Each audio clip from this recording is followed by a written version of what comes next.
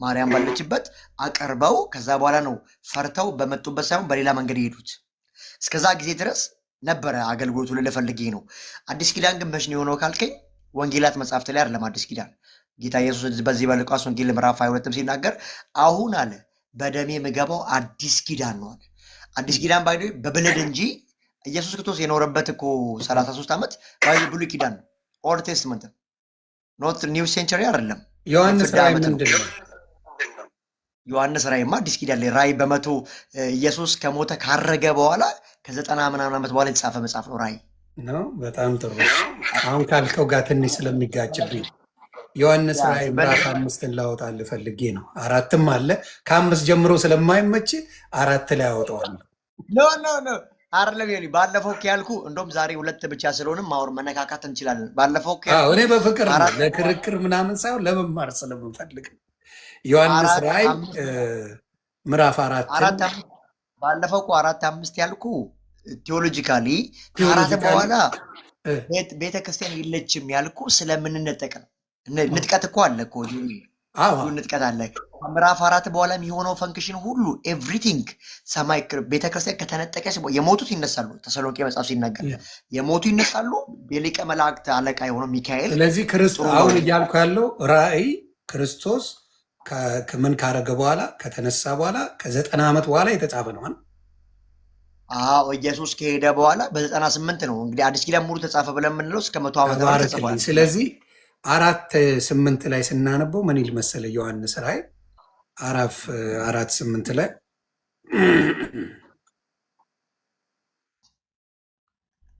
ምንድን ነው? ቆይ እስኪ አራቱም አንበሶች እያንዳንዳቸው 6 ክንፎች አሏቸው የሚለው ነው።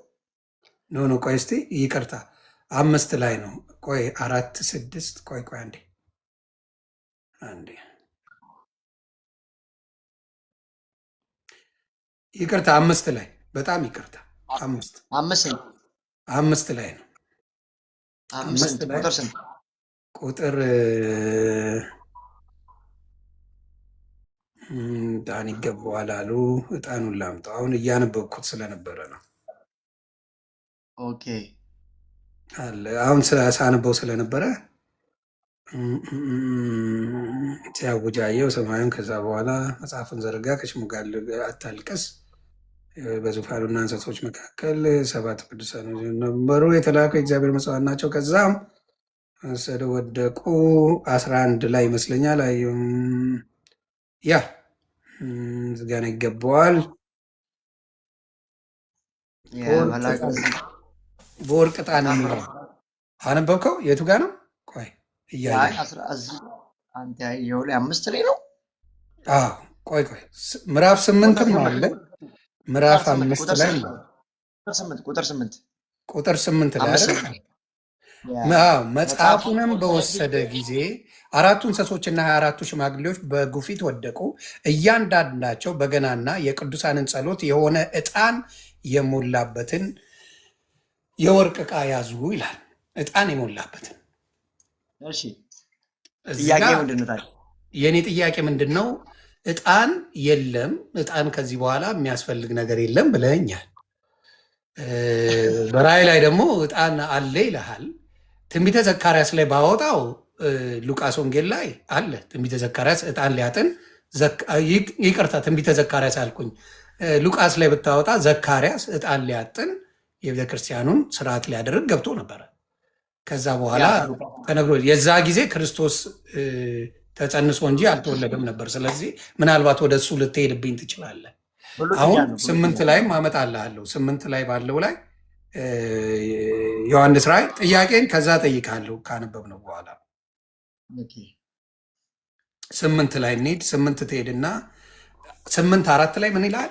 የዕጣኑም ጢስ ከቅዱሳን ጸሎት ጋር ከመልአኩ እጅ በእግዚአብሔር ፊት ወጣ ይላል። ተግባባን? የዕጣኑም ጢስ ከቅዱሳን ጸሎት ጋር ከመልአኩ እጅ ጋር ወደፊት ወጣ ይላል። አሁን አንተ ዕጣን አያስፈልግም ብለኸኛል።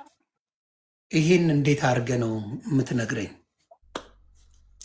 እሺ ሆኔ ቀደም ለማስቀመጥ እንዳሰብኩት ዕጣን አሁን ጀስት አንተ አሁን ያስፈልጋል እንኳን ብለህ ራዕይ መጽሐፍ ምዕራፍ 5 እና 8 ብታመጣ ዋት ቤኔፊት ነው ባይዘ ምንም እኮ ከሳልቬሽን ጋር ከብዙ ነገር ጋር አይገናኝም። ግን መጀመሪያ ለነገር የፈለግኩ ምንድን ነው ራዕይ ሲጀመር ራዕይ ራሱ ራዕይ ቪዥን ነው ባይዘ ያየው እኮ ምዕራፍ 1 ላይ እኮ እንደ ሞቶ ሰው ሆኜ ነበር አለ እኮ ያን ራዕይ ባየ ጊዜ ሰውን አየው ይላል። ክራይስት ተገለጠለት ሊሆን ያለውን ጻፍ ነው የሚለው።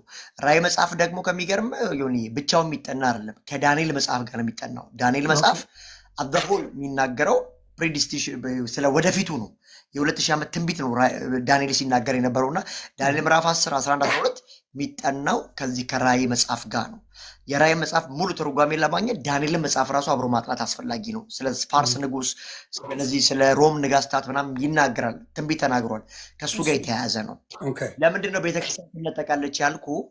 ምዕራፍ 3 ላይ ምዕራፍ 2 ላይ ተቆነስ 7ቱ በእስያ ያሉ ቤተክርስቲያኖች ይላቸዋል። ኤፌሶን፣ ጴርጋሞን፣ ቲያትሮን እያለ እስከ ሎዶቅያ ድረስ ይሄዳል። ቤተክርስቲያን ግን አሁንም አለች አይደለ? በምድር ላይ ያለን ቤተክርስቲያን አለን አይደለ?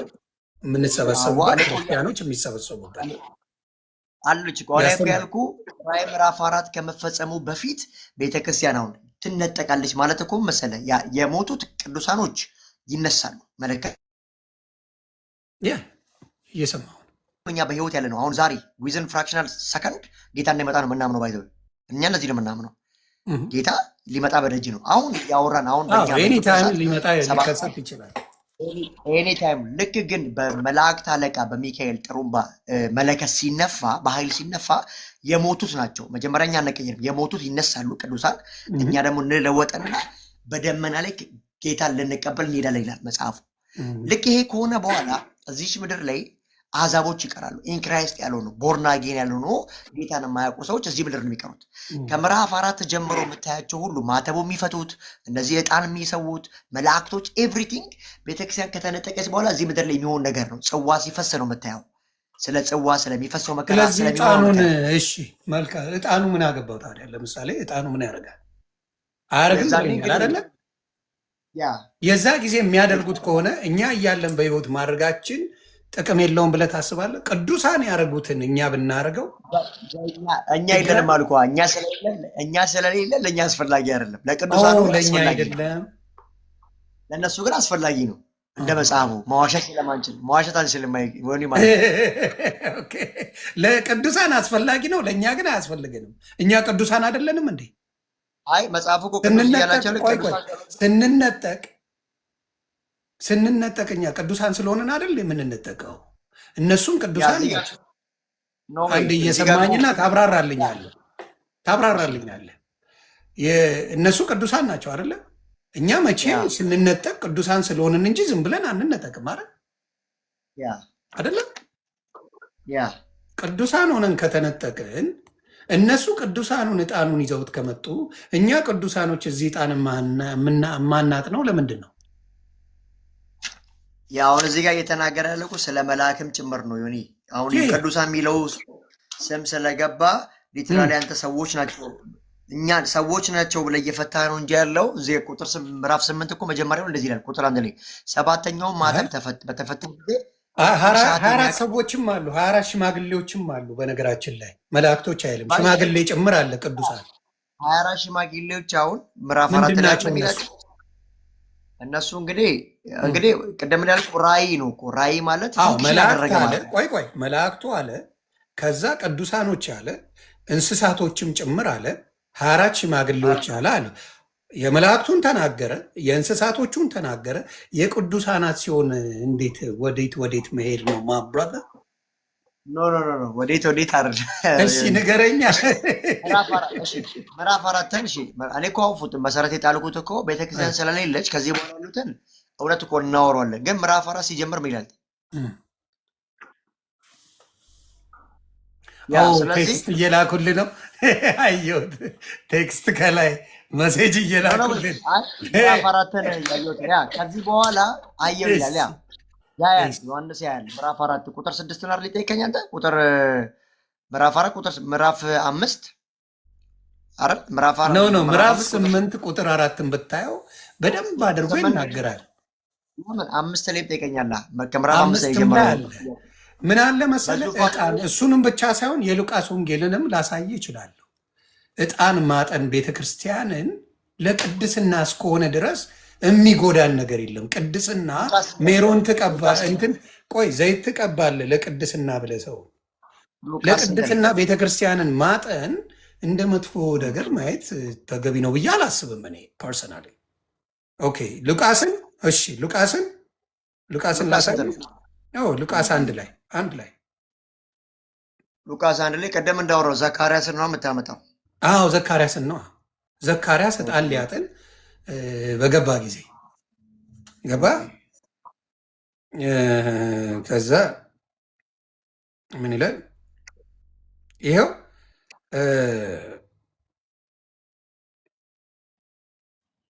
ይኸው ምን አለ መሰለ ቁጥራን ምዕራፍ 1 ቁጥር 10 ላይ ወይም ደግሞ ከ9 ጀምሮ ምን ይል መሰለ? እንደ ካህናት ስርዓት ይላል። እንደ ካህናት ስርዓት ወደ ጌታ ቤተ መቅደስ ገብቶ ለማጠን ዕጣ ደረሰበት ይላል። በዕጣንም አለ ጊዜ ህዝቡ ሁሉ ውጪ ቆመው ይጸልዩ ነበር ይላል። የጌታም መልአክ በዕጣኑ መሰዊያ ቀኝ ቆሞ ታየው ይላል። በዕጣኑ መሰዊያ ቀኝ ቆሞ ታየው። ስለዚህ ዕጣን ካየ ዕጣኑን ማስወገዱ ለምን አስፈለገ? የኔ ጥያቄ ነው። ለምን አስፈለገ? ዕጣኑ ቢኖር ምንድን ቤኔፊቱ ብዬ ደግሞ ጠይቃለሁ። ምንድን ነው ዕጣኑ ቢኖር ምንድን ፐርፐዙ? ለምታስቡ ፐርፐዙንማ ተባረክልኝ። ፐርፐዙ ምን ይል መሰለ? ወደ ራእይ 8:4 ነው የምወስድ። ዮሐንስ ራእይ 4:8 ላይ ምን ይል መሰለ? የዕጣኑም ጢስ ከቅዱሳን 8:4 ላይ ይቅርታ 8:4 ላይ ራእይ የዕጣኑም ጢስ ከቅዱሳኑ ጸሎት ጋር ከመልአኩ እጅ ጋር በእግዚአብሔር ፊት ወጣ ይላል።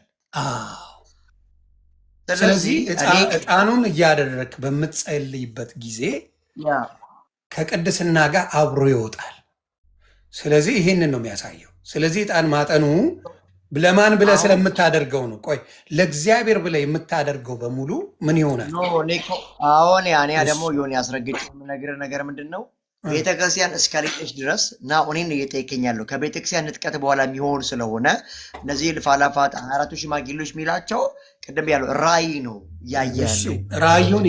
ራእዩ ይቅርና ዘካርያስን የት ቦታ ነው ዕጣን ቆይ ይህን መልስልኝ። የት ቦታ ነው ዕጣን አትጠኑ የሚል? ዕጣን ነገርኩህ እኮ ዕጣን የብሉይ ኪዳን ስነስርዓት ውስጥ የነበረ ነው። በአዲስ ኪዳን ግን ራሱ ኢየሱስ ሊቀ ካህን ስለሆነ ወደ ሰማይ መቅደስ ስለገባ ያኛው የአገልግሎት ዓለም ሊቀ ካህናቶች ይሄ ደርዝ የለም ነው በአዲስ ኪዳን ብለህ አሁን ሁሉም ካህን ነው። ገባ? ሁለተኛ ቆሮንቶስ ምዕራፍ 5 ሲናገር አብ ይላል ወይ አለን ጋር ይኸው ሁለተኛ ቆሮንቶስ አታድርጉ የሚላለ ወይ ነው የእኔ ጥያቄ። ምንድን ነው? አይ ሊቀ ካህን እኔ ስለሆንኩኝ ዕጣንም ማጠንም ስርዓቱንም አቁሙ ክርስቶስ ብሏል አልኩህ እኮ። አሁን አቁሙ ሳይሆን አዲስ ኪዳን ላይ አሁን ራእይን ያነሳው ከራእይ ውጭ እንደዚህ አይነት ጥቅሶች አታገኝም ነው። ስለ ዕጣን ቅደም ያለው ኢየሱስ ክርስቶስ የኖረበት ጊዜ ብሉይ ኪዳን ነው። የብሉይ ኪዳን አገልግሎት ደግሞ ከሊቀ ክህነት ጋር ከዕጣን ጋር ከበደል መስዋዕቶች ጋር የተገናኘ ነው፣ ከደም መስዋዕት ጋር። አዲስ ኪዳን ግን መስዋዕቱ አንድ ነው። የፈሰሰው የክርስቶስ ኢየሱስ ደምና ደም ነው። ስለዚህ የእሱ ደም ለሁሉም በቂ ነው።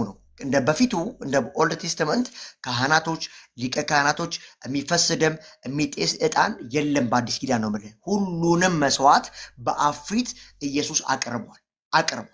ስለዚህ አሁን ይሄን ባኬንድ ፎርስ አረገብህ በካቶሊካውያን በኦርቶዶክስ ላይ ያለው አሁን የዕጣን ስነስርዓት የካህናት ሊቀ ካህናት የሚሉት ሁሉ አዲስ ኪዳናዊ አይደለም። 4 ነጥብ አዲስ ኪዳናዊ አይደለም። ይሄ ኦልድ ቴስትመንት ነው። በአዲስ ኪዳን ውስጥ ኦፊሶች ናቸው ያሉት። ቤተክርስቲያን በዚህ በኤፌሶ ምዕራፍ 4 ላይ ሐዋርያት፣ ነቢያት፣ እናንተ ጋር ቄሶች አሉ። ኦኬ ምንድን ነው ስራቸው? ቄሶቹ በቃ ማስተማርና ኬር ማድረግ፣ በጎቹን ኬር ማድረግ ነው፣ መጠበቅ ነው። ሌላ ምንም የለም እንጂ ዕጣን ማጨስ ምናምን እንደዛ አይነት ነገር የለም። ስለዚህ ቅድም ወደ አልከው ልምጣ። ምንድነው ልዩነታችሁ ብለናል። ለምንድን ነው ሁሉ ልዩ ናችሁት? እኔ ግን አንድ ጥያቄ ልጠይቅ። ያው ብዙ ልዩነት እንዳለን እኮ ግልጽ ነው፣ እንናገራለን። ግን አንድ የሚያደርገን መድኃኔ አለ ብለን ነው የምናምነው። አሁን ሌሎች ዲኖሚኔሽን ውስጥ ሁሉም አንድ ናቸው ብለን የምታምነው አንተ ኦርቶዶክሶች? ኦርቶዶክስ አዎ። እንዴት አሁን የግሪክ እና ኢትዮጵያዋ አንድ ነው በክርስቶሎጂ ላይ ያላቸው ትምህርት? ሁለት ባህሪ አንድ አካል እና አንድ ባህሪ አንድ አካል። አሁን ሁለት ባህሪ አንድ አካል እና አንድ ባህሪ አንድ አካል ይታመናል ማለት አምላክነት ሰውነትን ውጧል ብሎ የሚያምኑ ናቸው። እዛ ያሉት ደግሞ ሁለት ባህሪ ፍጹም ሰው ፍጹም አምላክ ነው ብሎ ነው የሚያምኑት፣ ልክ እንደኛ ማለት ነው። ስለዚህ ሁለቱ ራሱ ተዋህዶች ይለያያሉ ልፈልጌ ነው በዚህ አጋጣሚ።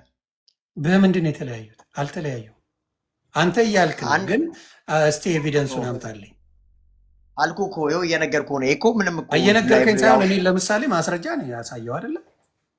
አንተም በማስረጃ ብታሳየኝ ደስ ይለኛል። በቃ በማስረጃ ምንድን ነው ማሳየህ? እኔ ማሳይ ማስረጃ ትክክል ነው ብዬ ማስበው አንድ ባህሪ የሚለው ስህተት ነው ብዬ ነው ማምነው። ሁለት ባህሪ በአንድ አካል ውስጥ አለ ብለን ነው እኛ የምናምነው። ያ ኦሪየንታል እና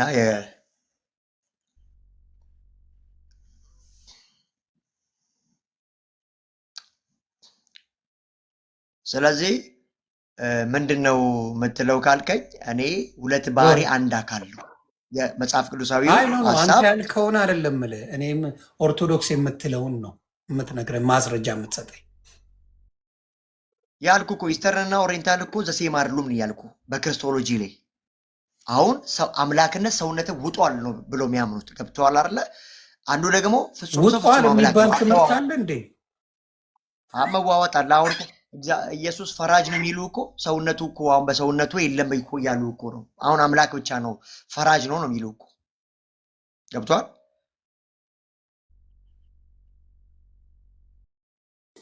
ኦኬ አይ የሚለውን አሳየኛ ማስረጃ ነገር ከሆነ እኔ ማስረጃ መንገርና እኔ አሁን ለምሳሌ ስለ ዕጣን ሳወራለን ከመጽሐፍ ቅዱስ ማስረጃ አምጥቼ ነው። ስለ ኦርቶዶክስ ካመጣ በማስረጃ አምጣና አሳየኝ። እንደዚህ የሚል አስተምር። ማስረጃዬ ምን መሰለህ? ማስረጃዬ እኔ ሁለት ባህሪ በአንድ አካል ብዬ ነው ማምነው። ማስረጃ ሰጥሃለሁ። መጽሐፍ ቅዱስ አንተ የምታምነውንማ ተረዳው እኮ አንተ እንደዛ ታምናለህ። አብሊቭ ዩ ቶልድ ሚ ያንተንማ አምናለሁ። የኦርቶዶክስን ስትል ነው ማላምንህ። መጽሐፍ ቅዱሳዊ ላደርግልህ ነው። አይኩ አንዱ ነው ልክ ነው ብዬ ነው የማስበው። ገባ? ሁለት ባህሪ በአንድ አካል አንተንማ ተረዳው አልኩ። ያንተንማ ይኸውልህ ፕሮፌት አንተ ያልከውን አንተ በምትለው መንገዱ አንደርስታንድ ዩ ፓርት አንተ የምታምነው ነው። ኦርቶዶክስ የምትለው የግሪኩና የኢትዮጵያ ኦርቶዶክስ የተለያዩ ናቸው ካልከኝ የእነሱን ማስረጃ ያምጣልኝ እያልኩ ነው። ኦኬ በቃ እሱን እሺ ላመጣልህ እችላለሁ። ግን አሁን አላልኩም። ግን ምንድነው ይሄ የሚታወቅ ነው። ባይዞይ አሁን ሁሉም እኮ የሚያውቁት ነው ይሄን ጉዳይ ገብቷል። ማነው ሁሉም የሚያውቁት? ታዲያ አንተ ካወቅከው እኮ ማስረጃ ያስፈልጋል አይደል ብራዘር? ያ አሁን ጄሊ ስልኬ ላይ አሁን ከላይ ቦትቼ ማሳየት ስለማልችል ነው ይሄን ይዤ ልመጣለሁ። ችግር የለውም። በቤተ እምነታቸው እንትን ላይ ያለውን አቋማቸውን ይዤ ልመጣለሁ። ጉግልም አለ። ሌላ ስልክ አለ ወይስ የለም? አይልኝም። ለእኔ አመጣልሃለሁ። ችግር የለውም። አመጣልሃለሁ ነው ግን አንዱን ነው አፕሪሼት ማድረገው ከሁለቱ ከኢስተርን እና አሁን ለምሳሌ ኮስችን ቱ ዩ ሌላው ከ15ኛው ክፍለ ዘመን በፊት የነበሩ ሰዎች አልዳኑም ማለት ነው። ከ15ኛው ክፍለ ዘመን በፊት የነበሩት ምክንያቱም ካልቪኒስቱም የመጣው አርማኒዝም የመጣው በ15ኛው ክፍለ ዘመን ነው። ከዛ በፊት 14 ዘመን የነበረው በሙሉ አልዳንም እያልከኝ ነው? በእርግጥ መነግርህ ፍጹም ኢየሱስ ክርስቶስ ፍጹም ሰው ፍጹም አምላክ ሆኖ በስላሴ የሚያምኑ ከነበሩ ይድናሉ ብዬ ነው የማምነው። አዎ ኩዛይ ነው። ምክንያቱም የእናንተ ትምህርት አሁን የጀመረው ከ15ኛው ክፍለ ዘመን ጀምሮ፣ ከዛ በፊት እነ ካልቪኒስቶቹ ካልነገሯቸው በምን ሊያውቁ ይችላሉ? ይተሚ ነገርኩህ እኮ ኢየሱስ ክርስቶስ ሊቀ ክህነቱን የሚቀበል ክርስቲያኖች በዛ 1400 ዓመት ከነበሩ የማይድኑበት አማኑኤል የሚል እንጂ ኢየሱስ የሚል ትምህርት አልነበረም በዛ ሰዓት አንተ በምትለው። አይ አሁን እኔ ምን አለ መሰለህ ፍጹም አምላክ ፍጹም ሰው መሆኑን ኦፌንድ የማያደርግ ማንኛውም ክርስቲያን ይድናል ብዬ አላምንም። እኔ ኦርቶዶክሳውያኖች ወይ ሌሎቹ አልዳኑም ብለን የምናስብበት አንዱ ምክንያቱ ፍጹም ሰውነቱን ክዷሉ ብለን ስለምናስብ ነው። አሁንም ምንድነው የኔ ክሊር የማደርገው ከ14ኛ ክፍለ ዘመን በኋላ 15ኛ ክፍለ ዘመን በኋላ ነው እነዚህ የመጡት አይደል? አንተ የምታምንበት የመጡት አይደል? ከ15ኛው ክፍለ ዘመን ማለት በቅርብ ማለት ነው። አሁን እኔ የእኛ ክርስትና እኮ የሐዋርያት እምነት ነው ብለን እኛ ምናምነው እንጂ አንድ ሪፎርመር እኮ ያመጣልን ነው ብለን አናምንም። ለምን ካልከኝ ከነ ሉተርና ከነ ካልቪኒዝሞቹ ውጪ ከእነሱ ውጪ ያስተማረው የለም አይደለ? ያ ካልቪንም ይሁን ሉተርም ይሁን የሐዋርያትን ትምህርት ነው ያስተማሩት ነው ብለን የምናምነው። ነው አፈንግጠው ወጥተው የራሳቸውን ይዘው መጥተው ያስተማሩት ነው አይደለ? ስላላመኑበት ነው ከነበሩበት ካቶሊክ እምነት ወጥተው የራሳቸውን የጀመሩታል። አረ ኮመንቶቹ ማብራዘር ኮመንቶቹ ተው እንጂ አታሰቃዩት እንዴ! የራሱ ፕሮፌት እኮ ነው። እኔ ዱቄት ነኝ፣ ከፕሮፌት ጋር ነው የማወራው። አጻፉለት እንዴ! በጣም ዛሬ አወራር በጣም ትንሽ ከባድ ነው ማለት እየሰማኝም አይደለም። ከሚገርም እኔ አዳምጣለሁ፣ ግን የኔን ጥያቄ በደንብ አድርገህ አጠር አድርገህ ላጥ አድርገህ መልስልኝ። ባለፈው ስለማንተዋወቅ ገብተዋል፣ ስለማንተዋወቅ አክብሬ በደንብ ነው የማወራ። ዛሬ ግን ጥያቄ ጨምሬ ነው የማወራ። ዛሬ ትንሽ ጠጠር ብዬ ነው። ገብተዋል። አንደርስታንድ ስብከቱ ክርስቶስ ጌታ ነው፣ የጌቶች ጌታ ነው፣ ሁሉን አድራጊ ፈጻሚ ነው። ክርስቶስ ፈራጅ ነው። ክርስቶስ ሁሉ ተግባባን። አሁን እሱ ጋር ተግባብተናል። እሱን የምንሰባበቀው ነገር የለም። ናው እኔ የእኔ ጥያቄን የምትመልስልኝ የቱ ጋር መሰለ? አም ጀስት ገና አስክ ዩ ሲምፕል ኮስችን ከ15ኛው ክፍለ ዘመን በፊት የነበረው በሙሉ በእግዚአብሔር አምሳያ የተፈጠረው ህዝብ አብ ወልድ መንፈስ ቅዱስን የሚያምን ሁሉን ነገር በዛ ዘመን የነበረው እነዚህ ካልነበሩ እንዴት ነው የሚድነው? እሺ በቃ አሁን ትሰማኛለህ። አሁን አስረዳ። እሺ አሁን ካልቪን ያው እንግዲህ ከኬልቪን በፊት ሉተር ነው። ጀስት የእኛ መስራቻው ሉተር ነው ብላችሁ ነው የሚያምኑት። እኛ ሉተር ይዞ ሲመጣ የሐዋርያትን ትምህርት አስተማረ ብለን ምናምን አፖስቶሊክ ሴክሴሽን አለን ብለን ነው ሲጀመር ምናምነው። የሐዋርያነት መቀባበል የትምህርት ኳሊቲ እንጂ የሆነ ኤጲስቆጶስ እየሾምክ ማለፍ አይደለም። ከዮሐንስ በኋላ እንትና መጣ፣ ከእንትና በኋላ ሮም ላይ እንትና ተሾመ የሚል አይደለም። ሴክሴሽን ባይዘቦይ ጤናማውን አስተምሮ ይዞ መቀጠል በዘመናት መካከል የአፖስቶሊክ ሴክሴሽን አለ ማለት ነው። የአፖስቶሊክ ሴክሴሽን ይሄ ነው የሚያመለክተው፣ ጤናማ ትምህርት የሚያዝ ጉዳይ እንጂ የሆነ ፖፕ ራስ ላይ እየሾምክ ከዓመት ዓመት ወይ ደግሞ ከሆነ ዓመት በኋላ መቀባበል የአፖስቶሊክ ሴክሴሽን አለ ማለት አይደለም። የትምህርት ኳሊቲ እና ሐዋርያቶች ያስተማሩትን ትምህርት ሳይቀንስ ሳይጨምር ማስተማር ኢትስ አፖስቶሊክ ሴክሴሽን። ይሄ ነው የምናምነው። ሌላው 1400 ዓመት ሙሉ የለም ካልከኝ እኔ አንድ ማምነው ነገር ምንድነው? 1400 ዓመት ሙሉ ደህንነት ተቀላቅሎ ነበር። አሁን ሉተር ኬት ነው የወጣው? ከካቶሊክ አይደለ? ካቶሊክ ላይ ነበረ፣ ሞኖክሴ ነበረ። ሉተር እንደው እዛ እያለ በምልኩስና ውስጥ የነበረ ሰው ነው። መዳን ከስራ ጋር ያያያዘው ምናምን ነበር። ከዛ ሮሜን ገላትያን ሲያጠና እንደውም የካቶሊክ ፖፕ በዛ ጊዜ ሉተር በወጣበት ጊዜ በጣም አስተውል መጽሐፋቸውን አይተህ ከሆነ ደረሰኝ ይሸጥ ነበር፣ ትኬት። ፖፑ ትልቅ እንትን ያሰራ ነበረ ለቤተክርስቲያኑ። በዛ ጊዜ ይህን ትኬት የሚገዛ ሰው የሞቱ ዘመዶቹ ይቅርታ ያገኛሉ፣ የኃጢአት ይቅርታ ያገኛሉ ብሎ ማስተማር ጀመረ። አዛታይም የኃጢአት ይቅርታን ከሆነ ከሚገዛ ትኬት ጋር ከመልካም ስራ ጋር ሲያያይዙት የዛኔ ሰውዬ እንደውም መጽሐፍ ቅዱስ እጃቸው ላይም አልነበረም። ላነበብኩት መጽሐፋቸው ስፍራ ይሄዳሉ የሚሸጡት ማለት ነው። ቆይ ተረጋጋ።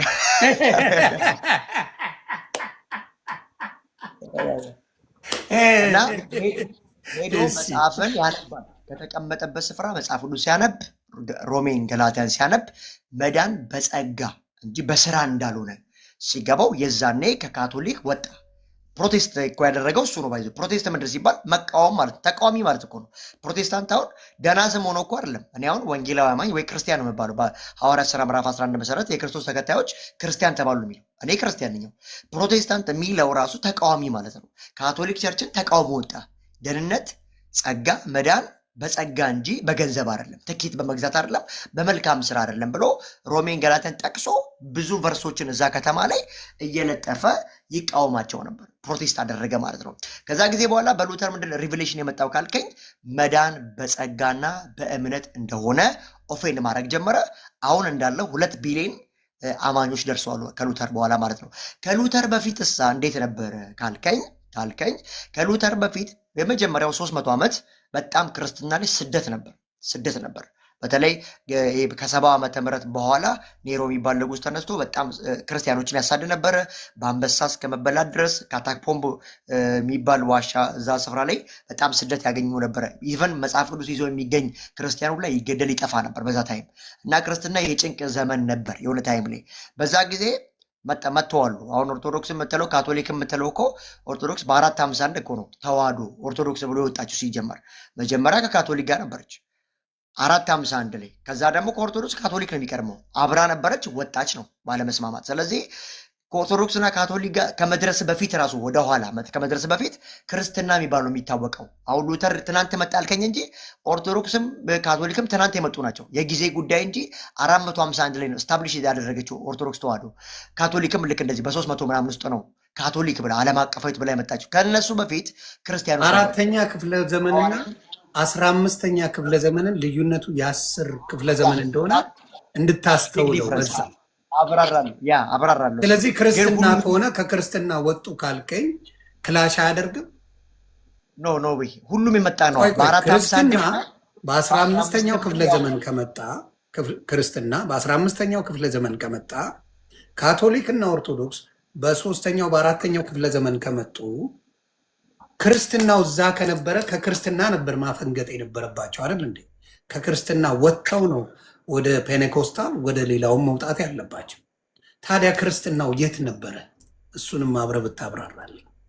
ለዛ እኮ ነው ያለ ፈልጌ ነው። የመጀመሪያው የሐዋርያት ደቀ መዝሙሮች ነበሩ። እነ ፖሊካርፕ ነበሩ፣ እነ ቀሎጳ ነበሩ። የመጣ ከሆነ የዮሐንስ ደቀ መዝሙር ፖሊካርፕ የሚባል ቤስት የሆነ ሰው አለ፣ ብዙ ነገሮች አስቀምጦ ያለፈ። እነ ቀሎጳ፣ እነ ፖሊካርፕ ሌሎችም ደቀ መዛሙርቶች ነበሩ፣ ሐዋርያት ካለፉ በኋላ ማለት ነው። ከዛ በኋላ ክርስትና ቀጥሏል፣ አልቆምም። የሚቆም ክርስትና የለም። ስለዚህ ከዛ በኋላ ነው 3 ከምናምን ላይ ካቶሊክም ኦርቶዶክስም 451 ላይ የመጣችው ነው። ስለዚህ ምን ልል ፈልጌ ነው 1500 ዓመት ያልነበረ ክርስትና ፕሮቴስታንት በነ ሉተር መጣ ካልከኝ ሁሉም የመጣ ነው፣ የጊዜ ጉዳይ እንጂ መተው ነው። ስለዛ ኦርቶዶክስ ራሱ እኮ ማለት ቀጥተኛ መንገድ ማለት እኮ ነው። ከስሙ ስንነሳ ካቶሊክ ጉግልን ልጠይቅልና ራሱ ይነግራል። Who started Christianity?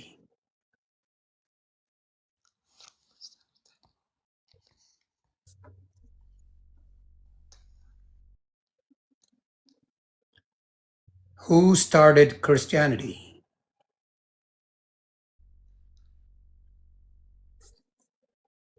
በቃ እኛ ነው ራስ ከዛ እሺ ሚውት ላድርገው አንዴ። ኖ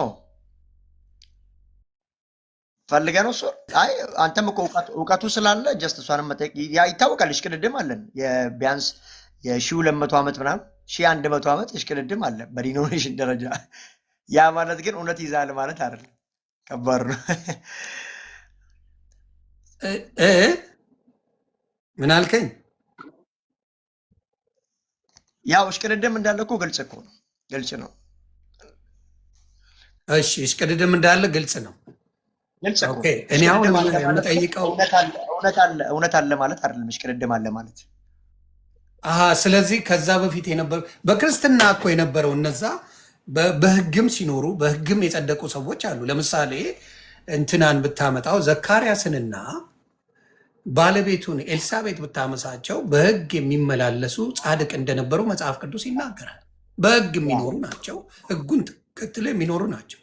በዛ ዘመን ህግን ተከትለው የሚኖሩ ጻድቅ ናቸው። በክርስቶስ ዳንን የሚሉት ጋር ነው አሁን ብትንትኑ የወጣ ነገር የምታየው። ድነናል ያሉት በክርስቶስ ምንም ሳንሰራ ድነናል የሚሉት ናቸው ኮንፊውዝድ ሆነው በዲኖሚኔሽን ብትንትኑ የወጣው። ስለዚህ ዳንን ከሚሉት ብትንትኑ የወጣው ነው።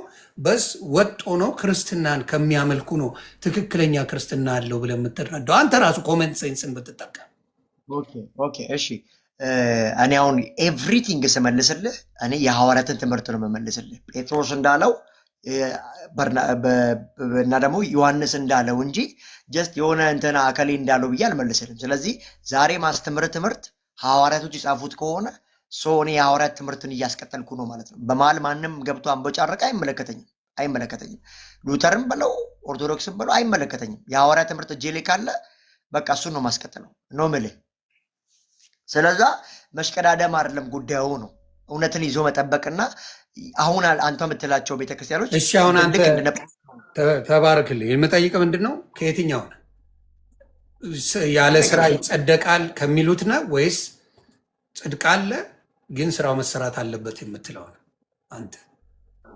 አሁን አንድ ነገር እናውራ። መጽሐፍ ቅዱስ ከሚሉት ሳይሆን መጽሐፍ ቅዱስ ስለ ጽድቅ ምንድን ነው የሚለኝ ካልክ ስለ ጀስቲፊኬሽን ባይ ፌዝ ጀስቲፋይድ የምንሆነው በክርስቶስ ኢየሱስ በማመን ነው። ይሄ የመጽሐፍ ቅዱስ እውነት ነው። ስለዚህ ከዛ በኋላ አሁን ዳንኩኝ፣ ከዛ በኋላ ምንድን ነው ማደርገው? እውነተኛ ጀስቲፋይድ የሆኑ ሰዎች ጀስቲፊኬሽናቸውን በእውነተኛ እምነት በስራ ይገልጡታል። ኢቭን የጸደቀ ሰው መልካምን ይሰራል። ያዕቆብ መጽሐፍ ያን ነው የሚናገረው። እምነት ካለ ስራ ከንቱ ነው ይላል። ከስራ የተለየች እምነት የሞተች ናት ነው የሚለው። ስለዚህ መልካም ስራ እኮ በጣም እኮ ፕሮቴስታንት እኮ በጣም በፔንቴኮስታል ሰርክል ላይ በጣም አመክሮ የሚሰጠው ጉዳይ ነው። ሰው ስላመነ ያመነበትን እውነት የዳነበትን እውነት በስራ ነው የሚገልጠው። መጽሐፍ ቅዱስ ሲናገር ብርሃናችሁን በሰዎች ሁሉ ፊት አብሩት ይላል። ኢንክራይስት የሆነ ሰው በጨለማ መመላለስ አይችልም። እንደ አሕዛብ መኖር አይችልም። እየገለጠ ነው የሚኖረው። ኦኬ፣ በጣም ጥሩ። ስለዚህ በጣም በክርስትና ውስጥ ሆነው የሚመላለሱ ሰዎች በፓስተር ደረጃ ሆነው በነቢያት ደረጃ ሆነው በብዙ ሆነው መጽሐፍ ቅዱስን በደንብ የሚያውቁ በክርስቶስ ድኛለሁ የሚሉት ስራቸው ከዛ የተለየ የሆነበት ምክንያት ውስጥ ምን ይመስላል? አይዶን ነው። ያው እንግዲህ በፓስተር ምናምን ካልከኝ በሁሉም ኦፊሶች ውስጥ ሐዋርያም እውነተኛም ሐዋርያ አለ፣ ሐሰተኛም አለ። ብዙ ጊዜ እንደዚህ አሁን ጨለማ ካለ ብርሃን አለ። ባይዘ እግዚአብሔር ሲኖር ዴመን ኖሯል አይደለ? ልክ ባይ ዲፎልት እውነተኛ ነብይ እንዳለ ሐሰተኛ ነብይ አለ፣ ሐሰተኛ አስተማሪ እንዳለ እውነተኛ አስተማሪ አለ። እሺ ካልሰራስ ምንድን ነው ሊሆን የሚችለው? አሁን ለምሳሌ ጸድቅ ያለው በኢየሱስ ክርስቶስ ድኛለሁ ብሏል። ምንም ስራ አያስፈልገኝም ብለዋል። የስራው ዴፊኒሽን እኮ ነው ብዙ ሰዎች ምን ያለው ፔንቴኮስት አሁን መጽሐፍ ቅዱስ የሚለው ሁለተኛ ኤፌሶን ላይ ነው ብዙ ሰዎች የሚመኩበት እንትን ሁለተኛ ኤፌሶን ይቅርታ ወደ ኤፌሶን ሰዎች ምዕራፍ 2 ቁጥር 9 ላይ ብታነበው ማንም እንዳይመካ ከስራ አይደለም የሚለውን ይዘው ነው ሲመጻደቁ ማየው። እሱ ከመዳን አንግሏል። ለመዳን በእግዚአብሔር ፊት ጀስቲፋየር ለመሆን ጻድቅ ለመሆን በስራ አይደለም ሲጀመር በክርስቶስ ስራ እንጂ በአንተ ስራ በክርስቶስ ስራ ነው። ከዛ በኋላ ግን አንተ በክርስቶስ መመላለስ አለብህ። ኃጢአትን መካድ አለብህ። ዓለምን መካድ አለብህ። በትክክል እሱን ማስተማር ለምንድን ነው የማይወዱት? ለምንድን ነው የማያስተምሩት? እሷ ጋ ነው ትልቁ ችግር ያለው እኮ በክርስትና ቤት በጽድቅ መመላለስን በፍጹም አይፈልጉትም።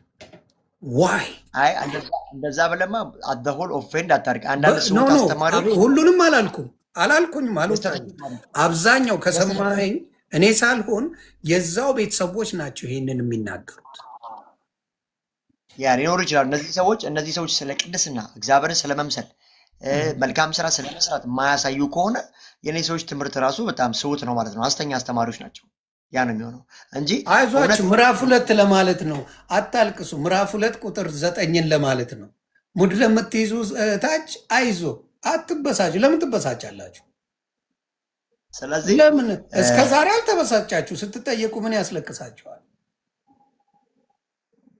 ስለ ጽድቅ ማንም እንዳይመካ ከስራ አይደለም የሚለው በዚህ በኤፌሶን ምዕራፍ 2 ቁጥር 8 መሰረት በእምነት በጸጋ ድናችኋል። አየህ፣ የሚዳነው በእምነት ነው። በምን? ክርስቶስ ስለኔ ሰርቷል በሚል እምነት በጸጋው አሜን ብለህ ትድናለህ። እሺ ከራሴ ነው ሰርቼ ነው በእኔ ባህሪ ጾሜ አስራት ከፍዬ ምናምን እንዳትል ደግሞ በስራ አይደለም። እሺ በስራ ካልሆነ ምን መደረግ ነው ያለበት? ዩ ቴል ሚ። ያመነ ሰው መልካምን ይሰራሉ። ኢቨን የገባብን መንፈስ እግዚአብሔር መንፈስ ነው። እኛ ስላሴ አማንያን መንፈስ ቅዱስ ካልሰራ ጸድቅ ያለው። አሁን ለምሳሌ እኔ ጸደቅኩኝ፣ ስራውን አልሰራም። እንደዛ ማድረግ አትችልም። በውስጥ እንዴ ይቻላል እንደ ቆይ ወዴት ነው ምን? አትችልም። የገባብህ መንፈስ መልካም እንድሰራ የሚያግዝህ ነው እንጂ በትዕቢት አልችልም። ኦኬ ለኃጢአት ላይሰንስ እንድሰጥ የሚያደርግ አይደለም። አንተ ውስጥ የገባው መንፈስ እንዴ በጌታ በኢየሱስ ስም አሁንም ጠይቃለሁ ደግሜ፣ አትችልም ለተባሉት በኢየሱስ ክርስቶስ ገብተው ብዙ ውንብድና የሚሰሩት ምን ሊባሉ ነው? አልዳኑም ልትለኝ? አልዳኑ። ምክንያቱም ያለ ስራ ነው የጸደቅኩት። ዩቶ ሚደ ያለ ስራ ከጸደቅኩኝ፣ በኢየሱስ ክርስቶስ ስራ ከጸደቅኩኝ፣ እሱ ሰርቶታል። እሱ ስራውን የኔ አጋዥነት አያስፈልገውም፣ የኔ መስራት አያስፈልገውም፣ የኔ መልካም መሆን አያስፈልገውም። ጸድቅ ያለው ዋምዳን እሱ ነው ጠበቃዬ ብያለሁ። የፈለግኩትን ነገር ማድረግ እችላለሁ። ጸድቅ ያለው ኖ ወይ። እሺ እዚህ ጋር ላስቆምህ። አስቁመኝ። ክርስትና ስለ ዳንኩ ደህንነቴ ስላለቀ የዘላለም ስለገባው እንደፈለግኩ ሆኗለሁ የሚል ይሄ ሲጀመር ክርስትና አይደለም። ሲጀመር ለፈታ መታሰር ነው ትምህርቱ። የፈታ ኬዝ ነው፣ ከኃጢአት ስራት ነው። በዚህ በሮሜ ምዕራፍ 6 ላይ ስታነብ እናንተ ቀድሞ የኃጢአት ስራት ነበረባችሁ ይላል። አሁን ግን የጽድቅ ባሮች ናቸው። በፊት የኃጢአት ባሮች ነበር ምዕራፍ 6 ላይ። ምዕራፍ 7 ላይ ደግሞ እናንተ አሁን የጽድቅ ባሮች ናቸው ይላል። ስለዚህ ከባርነት ወደ ባርነት ነው የገባ ነው። በፊት የምን ባርነት? የኃጢአት ባርነት። ልክ እንዳልከው አሁን እንደፈለግን የመኖር ለእኛ ፍቃድ የለበቃ እኛን ሪሞት የሚያደርገን ዴመን ነበረ። አሁን ግን ከዛ ኢየሱስ ክርስቶስ መጥቶ ነፃ አውጥቶን ለጽድቅ ባሮች አድርጎናል። ለየዋነት፣ ለመልካምነት፣ ለገርነት፣ ስለ መንፈስ ፍሬዎች እንድናፈራ ከኢየሱስ የጽድቅ ባሪያ ስለሆነናል። ስለዚህ ኢንክራይስት የሚሆኑ ሰዎች፣ ሪጀነሬት የሚሆኑ ሰዎች፣ በመንፈስ ቅዱስ የሚታተሙ ሰዎች ሁሉ መልካምን ስራ ብቻ የሚያደርጉ ናቸው። ግን በኃጢአት ጸንተው እንደዚህ ስለ ደግሞ ሰው ጌታን ከተቀበለ በኋላ አይደክምም አይደለም።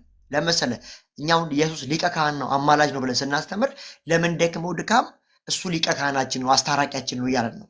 አየህ ሰው ጌታን ሲቀበል ሲድን ፐርፌክት 100% ፍጹም አይደለም የሆን ነው። ፍጹምነት ላይ አይደለም የገባ ነው። ኢየሱስ ክርስቶስን ወደ መምሰል ህይወት ማደግ ነው የዳንን። ግን እሱ ወደ መምሰል የምናድግ ነን። በዚህ መካከል አቅደን ሰፍረን የምንሰራው ኃጢአት የለም። ፕሮባብሊቲ ግን ኃጢአት ብንሰራ ሊቀ ካህን አለ። ለዚህ ደግሞ ጥቅስ የሚሆነኝ በአንደኛ ዮሐንስ ምዕራፍ 2 ላይ ነው። ልጆች ወይ ኃጢአትን እንዳትሰሩ ጽፍላቸዋል። አየህ አሰ ፕሮቴስታንት ዲኖሚኔሽን ኃጢአት መስራት ሮንግ ነው። ዛሬም ነገም የምናስተምረው ጃጅ የምናደርገው እንደዚህ ነው። ማንም ኃጢአትን እንዳይሰራ ነገር ግን አለ ፕሮባብሊቲ ሪስትሪክት የትኛው እምነት ነው አሁን በኦርቶዶክስ ኃጢአትን ስሩ? ይህን ልጨርስ። ኃጢአትን እንዳሰሩ ካለ በኋላ ፕሮባብሊቲ በስጋ ውስጥ በሪስትሪክትነት ስላለን ድካም ሊያገኘን ስለሚችል ማንም ግን ይላል። አየህ ፕሮባብሊቲ ነው። ማንም ከእናንተ መካከል ኃጢአትን ቢሰራ በአብ ቀኝ ጠበቃ አለው። አየህ ብንሰራ ጠበቃ አለ። ግን አውቀን ሰፍረን ደልዘን ስለ ዳንን ስለማንጠፋ ብለን ምንሰራው ኃጢአት የለንም። እንደዛ ነው ዮኔ። ስለዚህ በብዛት ዜድ 10 ተጽፏል። አነባለሁ። እኔ የማነብ ሰው ነው። 10 ሳታውቁን አወቁን ምናምን የምትለውን አረጋጋው። እኔና እሱ እናውራ። አይዞ። ስለዚህ አሁን የምጠይቅህ እንደዛ አይነት እምነት ካላችሁ ለምን ተለያያችሁ? ቀለል ያለ አድርገህ መልስልኝ። ኦኬ እሺ። ተለያያችሁ ማለት መዳን ላይ አይደለም፣ የተለያየ ነው። ሁሉም አሁን ይሄ ማንኛውም በፔንቴኮስታል ውስጥ ያለው ፐርስፔክቲቭ አንተ እንዳልከው አንዱ ኬልቪኒስት ነው፣ አንዱ አርሜኒያዊ ነው ምናምን። ግን መጥቶ ሁሉም የሚያምነው በመሰለ ድነናል። በቃ አለቅ የተረጋገጠ ደህንነት አለን እጃችን ላይ ኢንተርናል አሹራንስ አለን፣ የዘላለም ሕይወት አለን ብሎ ሁሉም ያምናል። አንድ የሚያደርገን እሱ ነው። እዚህ ላይ አንድ ከሆነን እንዴት ዳንን የሚለውን የተለያየ አስተሳሰብ ቢኖራቸው አይመለከተኝም። አንዱ ተመርጬ ዳንኩት ይላል፣ አንዱ ደግሞ ፈቀጄ በነፃ ፍቃዴ ዳንኩት ይላል። አንዱ ለክርስቶስ ኢየሱስ የሞተው ለተመረጡት ነው ይላል፣ አንዱ ደግሞ ለዓለም ሁሉ ነው ይላል። በተለያየ መንገድ ግን ይሁን ዞሮ ዞሮ መዳን ላይ ሁሉም ይስማማለሁ። ስለዚህ እኛውም እና ትልቁ ታርጌታችን መዳን ላይ አንድ እንሁን ነው። ከዛ በምን በኩል መተን እንዳልን እሱ አይመለከተንም። በፈለገው ሰው አስበው ይምጣ። ዋናው ግን ድኛለው የዘላለም ሕይወት አለኝ ብሎ ኮንፌስ ማድረጉ ላይ ነው። ስለዚህ ብዙም ምን አይደለም። አንድ ጥያቄ እዚህ ጋር ልጠይቅህ። እግዚአብሔር የሆነ ነገር ካለ በኋላ ወስን የሆነ ነገር ሀሳቡን ሊቀይር ይችላል ወይስ አይችልም? እግዚአብሔር ኔቨር አይችልም። ከወሰነ ወሰነ ነው። ወሰነ ነው፣ አይቀይርም። ስለ ኮንቴክስቹዋሊ ከምን አንግል ነው አሁን እግዚአብሔር ወስኖ የቀየረበት ስፍራ አለ የምታሳየኝ? አስተምረኝ ፈልጌ ልማረስት ያሳይ። ከዛን አውዳዊ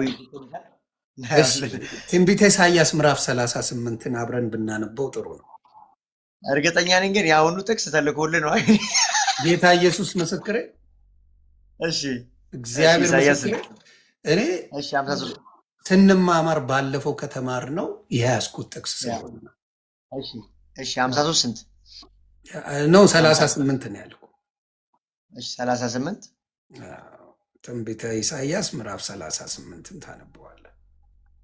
ምዕራፍ ቁጥር ስንት? ከአንድ ጀምሮ ላነብልህ።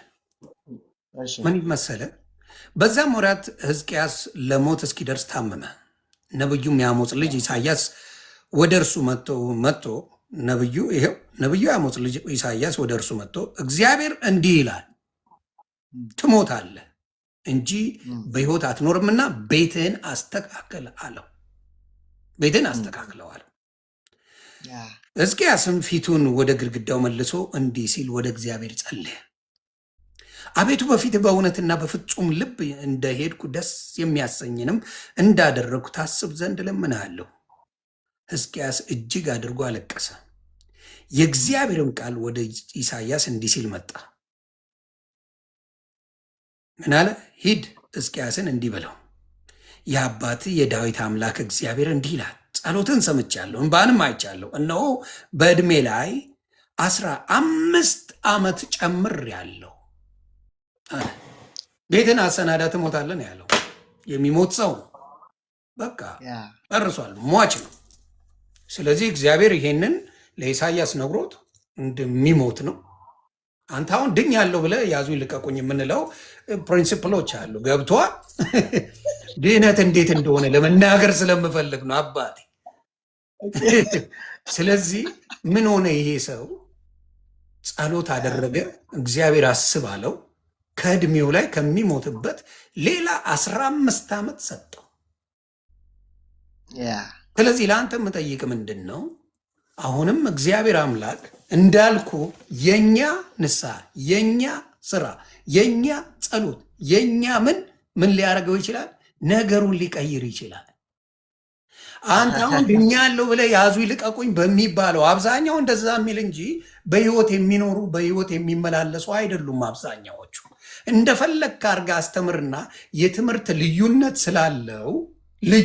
ስላለው ኢትሜ ኮንፊውዥን አንድ የሆነ ትምህርት ካልሆነ አሁን ሜዲካል ስትማር የብሬን ሰርጀንቱ የሚያስተምር የትም ቦታ ብትሄድ አንድ አይነት ትምህርት ነው የሚያስተምር።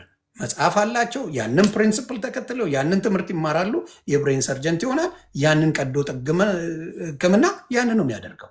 ያንን ትምህርት ነው የሚያደርገው እንጂ ቀዶ ጥገና የብሬን ተምሬያለሁ አንጀቴን ልቅደደው አይደል። ስለዚህ አሁንም ያለው ችግርን ልነግር የምፈልገው ምንድን ነው?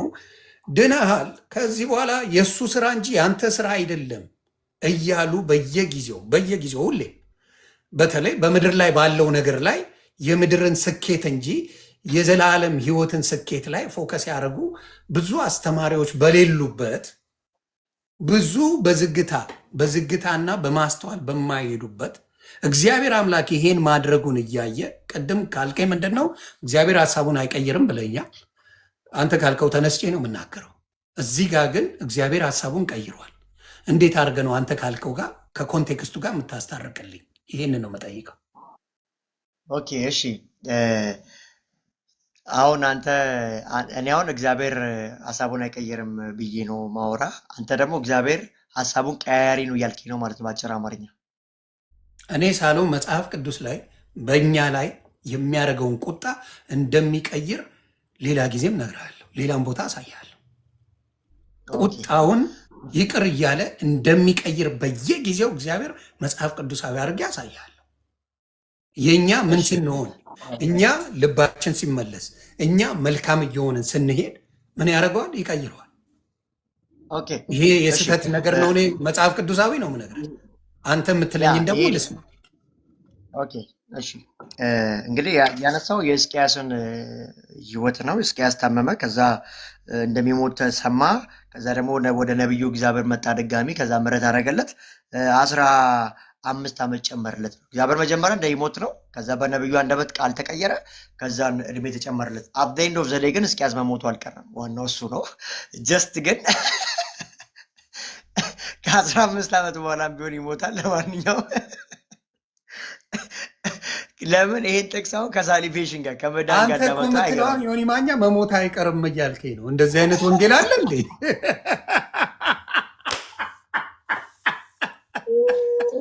እንዴ እሺ፣ እንደ አይነት ወንጌል የለም ብራታ። አደይነትደ ሞተ መሞቱ አልቀረም ካልከኝ እንደዛ እኔ ለምን አይሞትም ታዲያ? ለጫወታው ያክል ነው። እሺ ለበዓሉ ድምቀት ነው። ይመችህ። ለበዓሉ ድምቀት ነው። አይ አንተ ስስቅ ነው የሚያምርብህ። ለዛ ነው እና አላዛርን ትናንትና ወዲያ አንስተን ነበራ። ተሙ አንተ ጋር በነበራችሁበት ጊዜ አላዛር ተነስቷል እኮ በአራተኛ ቀን ከሙታን። እንደውም አንዳንድ አይሁዳውያኖች ከ3 ቀን በኋላ ሰው ይነሳል ብሎ አያምኑ በባህላቸው በትሬንዳቸው እና በአራተኛው ቀን ግን ሚራክል ሆኖ ከሞት ሲነሳ ታያለህ። አላዛር ግን ተነስቶ እኮ አልቀርም። አላዛር መልሶ ሞቷል።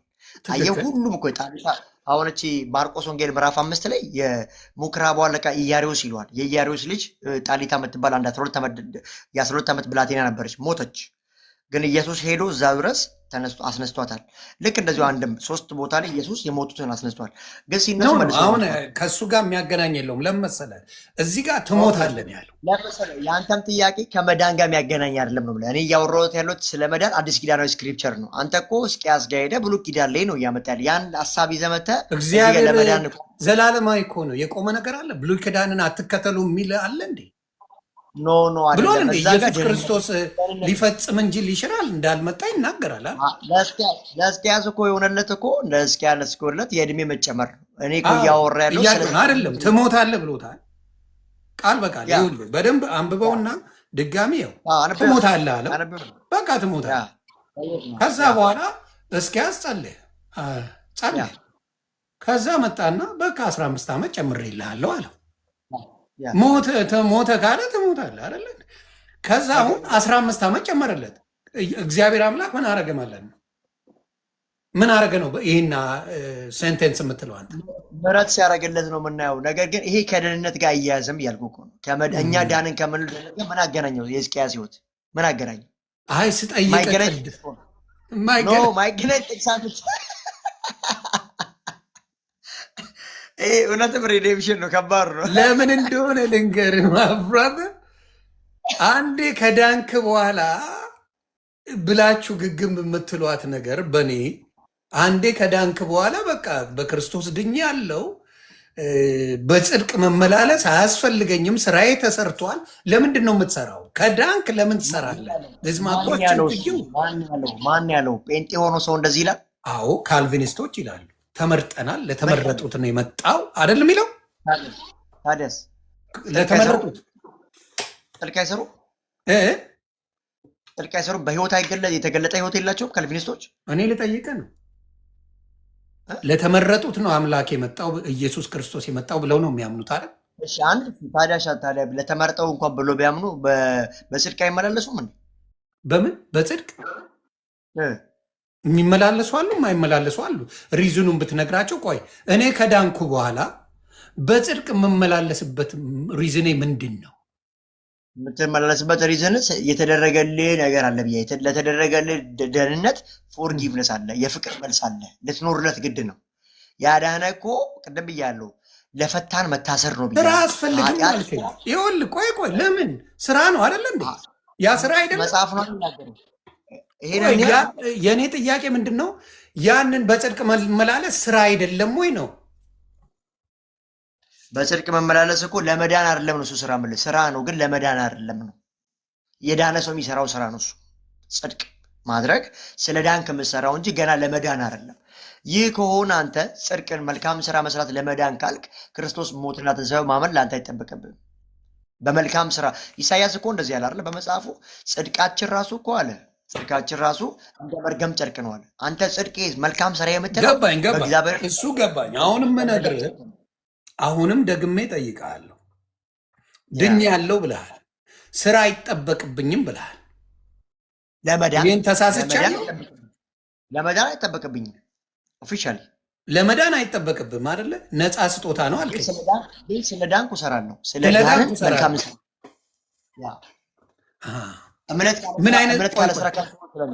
እምነት ካለ ስራ ከንቱ ስለሚል ያመንኩት እምነት የዳንኩበት እምነት በልልኝ።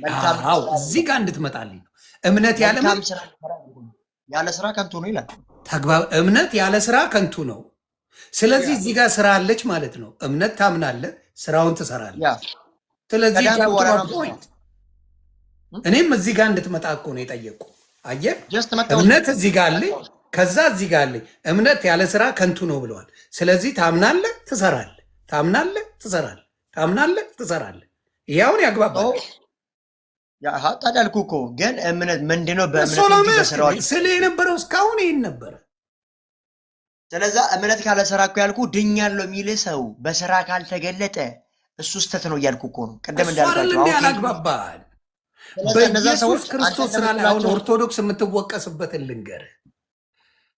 ይህን ጾሙን፣ ጸሎቱን፣ ቅዳሴውን ስታረግ ኦርቶዶክስን የሚወቅሷትን ልንገርህ። ምናልባት ነው ብላ የምታደርገው አይደለም። ለምንድን ነው ብላ የምታደርገው?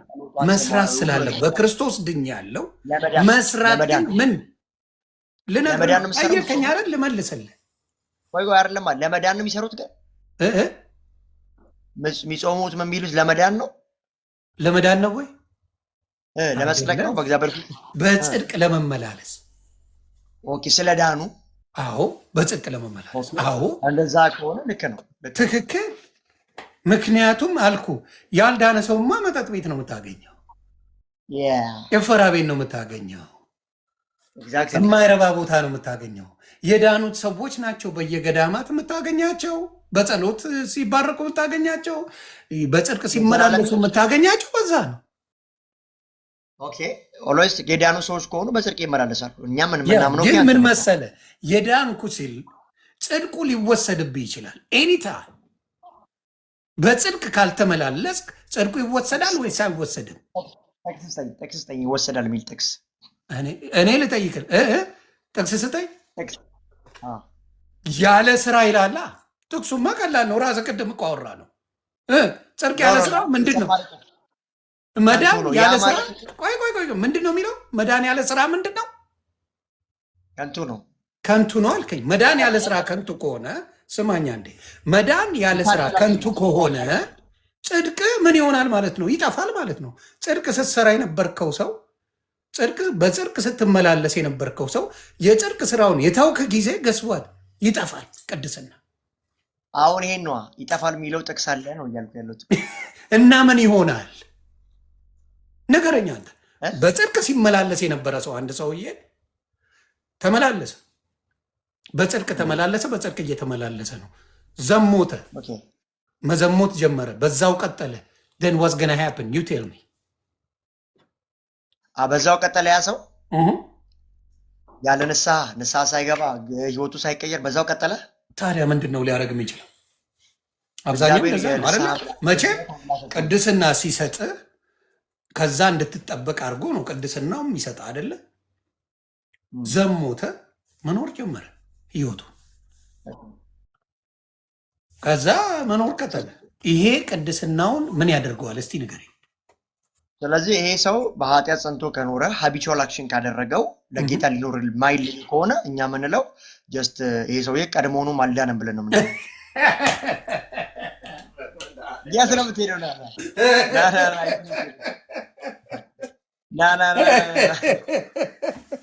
ወይኔ በላቸዋል። ለምን መሰለህ? እሺ ዘግበኝ። ለምን መሰለህ? የዳነ ሰው ሪጀነሬት የተደረገ ሰው በመንፈስ ቅዱስ ነው የሚታተመው። አስረግጬ የምነግር ነገር የአምላክ አንዱ አካል በእኛ ውስጥ ነው፣ ታትመናል። ኤፌሶን ምዕራፍ 1 እንደሚናገር በመንፈስ ቅዱስ ማተብ ታትማቸው ይላል። መንፈስ ቅዱስ ራሱ የርስታችሁ መያዣ ይላል። ባይ ዲፎልት ደግሞ እዚህ አሁን የጽድቅ ስራ ባይሰራ ልቀጥላ። ቆይ ፊልጵስዩስ ምዕራፍ 1 ላይ በእናንተ ውስጥ ይላል ሪጀነሬት በተደረጉ ቦርናጌ በሆኑ ሰዎች ውስጥ በእናንተ ውስጥ መልካሙን ስራ የጀመረ ይላል ጳውሎስ ለፊልጵስዩስ ሰዎች እስከ ፍጻሜ እንደሚያደርሳችሁ እርግጠኛ ነው ይላል። ስለዚህ እግዚአብሔር ስራውን ሲጀምር የሚጨርስ አምላክ ነው። ባይዘው በእናንተ ውስጥ መልካሙን ስራ የጀመረ ይላል። ስለዚህ ራይቸስነስ ላይ ምንም ጥያቄ የለውም። ቅዱስ የሆነ ሰው ሊደክም ይችላል። ቅድም እኮ አስመሬ ነገር ያለ ሊደክም ይችላል፣ ሊወድቅ ይችላል፣ ግን በንስሐ ይመለሳል። እግዚአብሔር ይመልሰዋል፣ ያድሰዋል። ግን አንተ እንዳልከው ቆይ ልንገርህ ድኛለሁ በሚል ወይ ኢየሱስ በተመረጡት መርጦኝ ነው ከዘላለም በፊት ስለዚህ እንደፈለግኩ በሆን ምናምን የሚሉ ሰዎች እነዚህ ሲጀመር ክርስትና ማያውቃቸውም። እውነት ስነግር ለመሰለህ ክርስትና እንደፈለግ የምትኖርበት አይደለም፣ የነፃነት ህይወት አይደለም። ባይዘ መጽሐፍ ሲናገር እኮ ክርስቶስ ነፃ ያወጣን በነፃነት እንድኖር ነው ካለ በኋላ ኃጢአታችሁን ግን ለክፋት መሸፈኛ ታርጉት ይላል። እንደፈለገ ሰው እየኖረ ጸጋው ብሎ ራሱን ከሸወደ ይህ ሰው ሲጀመር በጸጋ አይደለም ያለው፣ በራሱ ነው። ሲጀመር አልዳንም የሚል ነገር አለ። ያ እሺ ልንገርህ፣ ቆይ ይሄን የሆነ ክፍል ሰው ልንገርህ። ቆይ የሆነ ሰው እ፣ የ- በደንብ ትምህርቱን ተማረ፣ ክርስቶስን አወቀ፣ ከዛ ተጠመቀ፣ በክርስቶስ ዳነ ነው ያ ሰው የሚባለው አይደል? ያ ተግባብተናል። እስከዚህ በደንብ ትምህርቱን ተምሮ ያ በደንብ ቅድስናውን ተሰጥቶታል ተብሎ ሆነ አይደለ? ኦኬ። ስለዚህ በጽድቅ ነው የሚመላለሰው ብለኛ አንድ የጽድቅ ጠይቄ ነገር አንዳንድ ሰዎች አሉ ብለኛል፣ የማያምኑ ሰዎች አሉ ወይ ከመጀመሪያም ብለኛል። ለዚህ ደግሞ እንትን ልስታ ሉቃስ ወንጌል ምዕራፍ 8 ላይ ጌታ ኢየሱስ ያስተማረው ትምህርት አለ ስለ ዘሪ የምታስታውሰው ከሆነ ዘሪ ዘሩ ሊዘራ ወጣ ይላል። እንግዲህ ያው ካላቋረጥከኝ ላውራና ኧረ አላቋረጥም። ዘሪ ዘሩ የእኔ ተራ አዎ ስለሌለ ዘሪ የሚችል ልስማ። ምክንያቱም አንተ ዘሪ አውራና የእኔ ተራ ሰጠኝ፣ እኔ ላውራ ነበረ። ነው። እኔም እሺ ደግሞ ትንሽ መተንፈስ አለብኝ አይመስልም? ስለዚህ እኔ አሁን የምለው ምንድን ነው፣ ከብዙ ጊዜ እንግዲህ እንዳልኩ በጽድቅ መመላለሱ ምን እንዳያደርግህ ይጠቅመሃል፣ ድህነትህ እንዳይወሰድ ይጠቅመሃል እያልኩ ነው። እግዚአብሔር አምላክ ለእኛ ዊሊንግነስ ሰጥቶናል። ወደ ጽድቅም የመሄድ ወደ ኃጢአትም የመሄድ ዊሊንግነስ የእኛ ፍላጎትን ሰጥቶናል ሙሉ አድርጎ።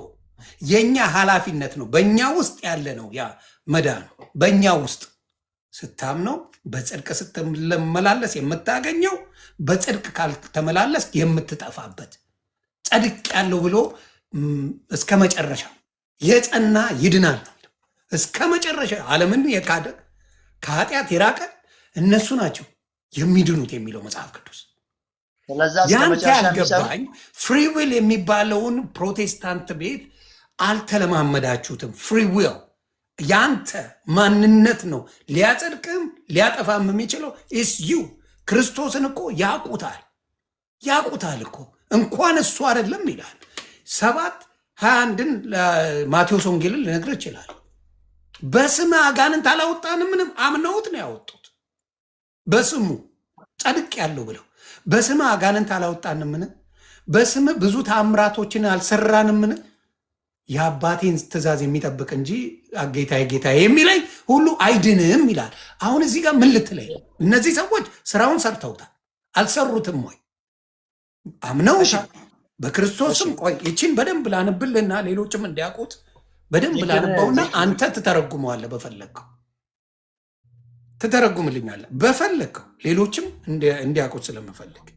ምን ይላል? አምነውታል፣ በስሙ አጋንንት አውጥተዋል፣ አላቃችሁም ይላቸዋል። ምን ማለት ነው? እስቲ አብረን እናነበው። የማቴዎስ ወንጌል ምዕራፍ 7 ቁጥር 21 ላይ ምን ይላል? በሰማያት ያለውን የአባቴን ፈቃድ የሚያደርግ እንጂ ጌታ ሆይ ጌታ ሆይ ጌታ ሆይ የሚለኝ ሁሉ መንግስተ ሰማያት የሚገባ አይደለም። ጌታ ሆይ ይሉታል፣ ኢየሱስ ይሉታል። ከዛ ምን ይላል? በዚያን ቀን ብዙ ሰዎች ይላል ጌታ ሆይ ጌታ ሆይ በስምህ ትንቢት አልተናገርንምን? በስምህስ አጋንንትን አላወጣንምን? በስምህስ ብዙ ታምራትን አላደረግንምን? ይሉኛል። የዚያን ጊዜ ከቶ አላውቃችሁም እናንተ አመፀኞች ከኔ ራቁ ብዬ እመሰክርባቸዋለሁ ይላል።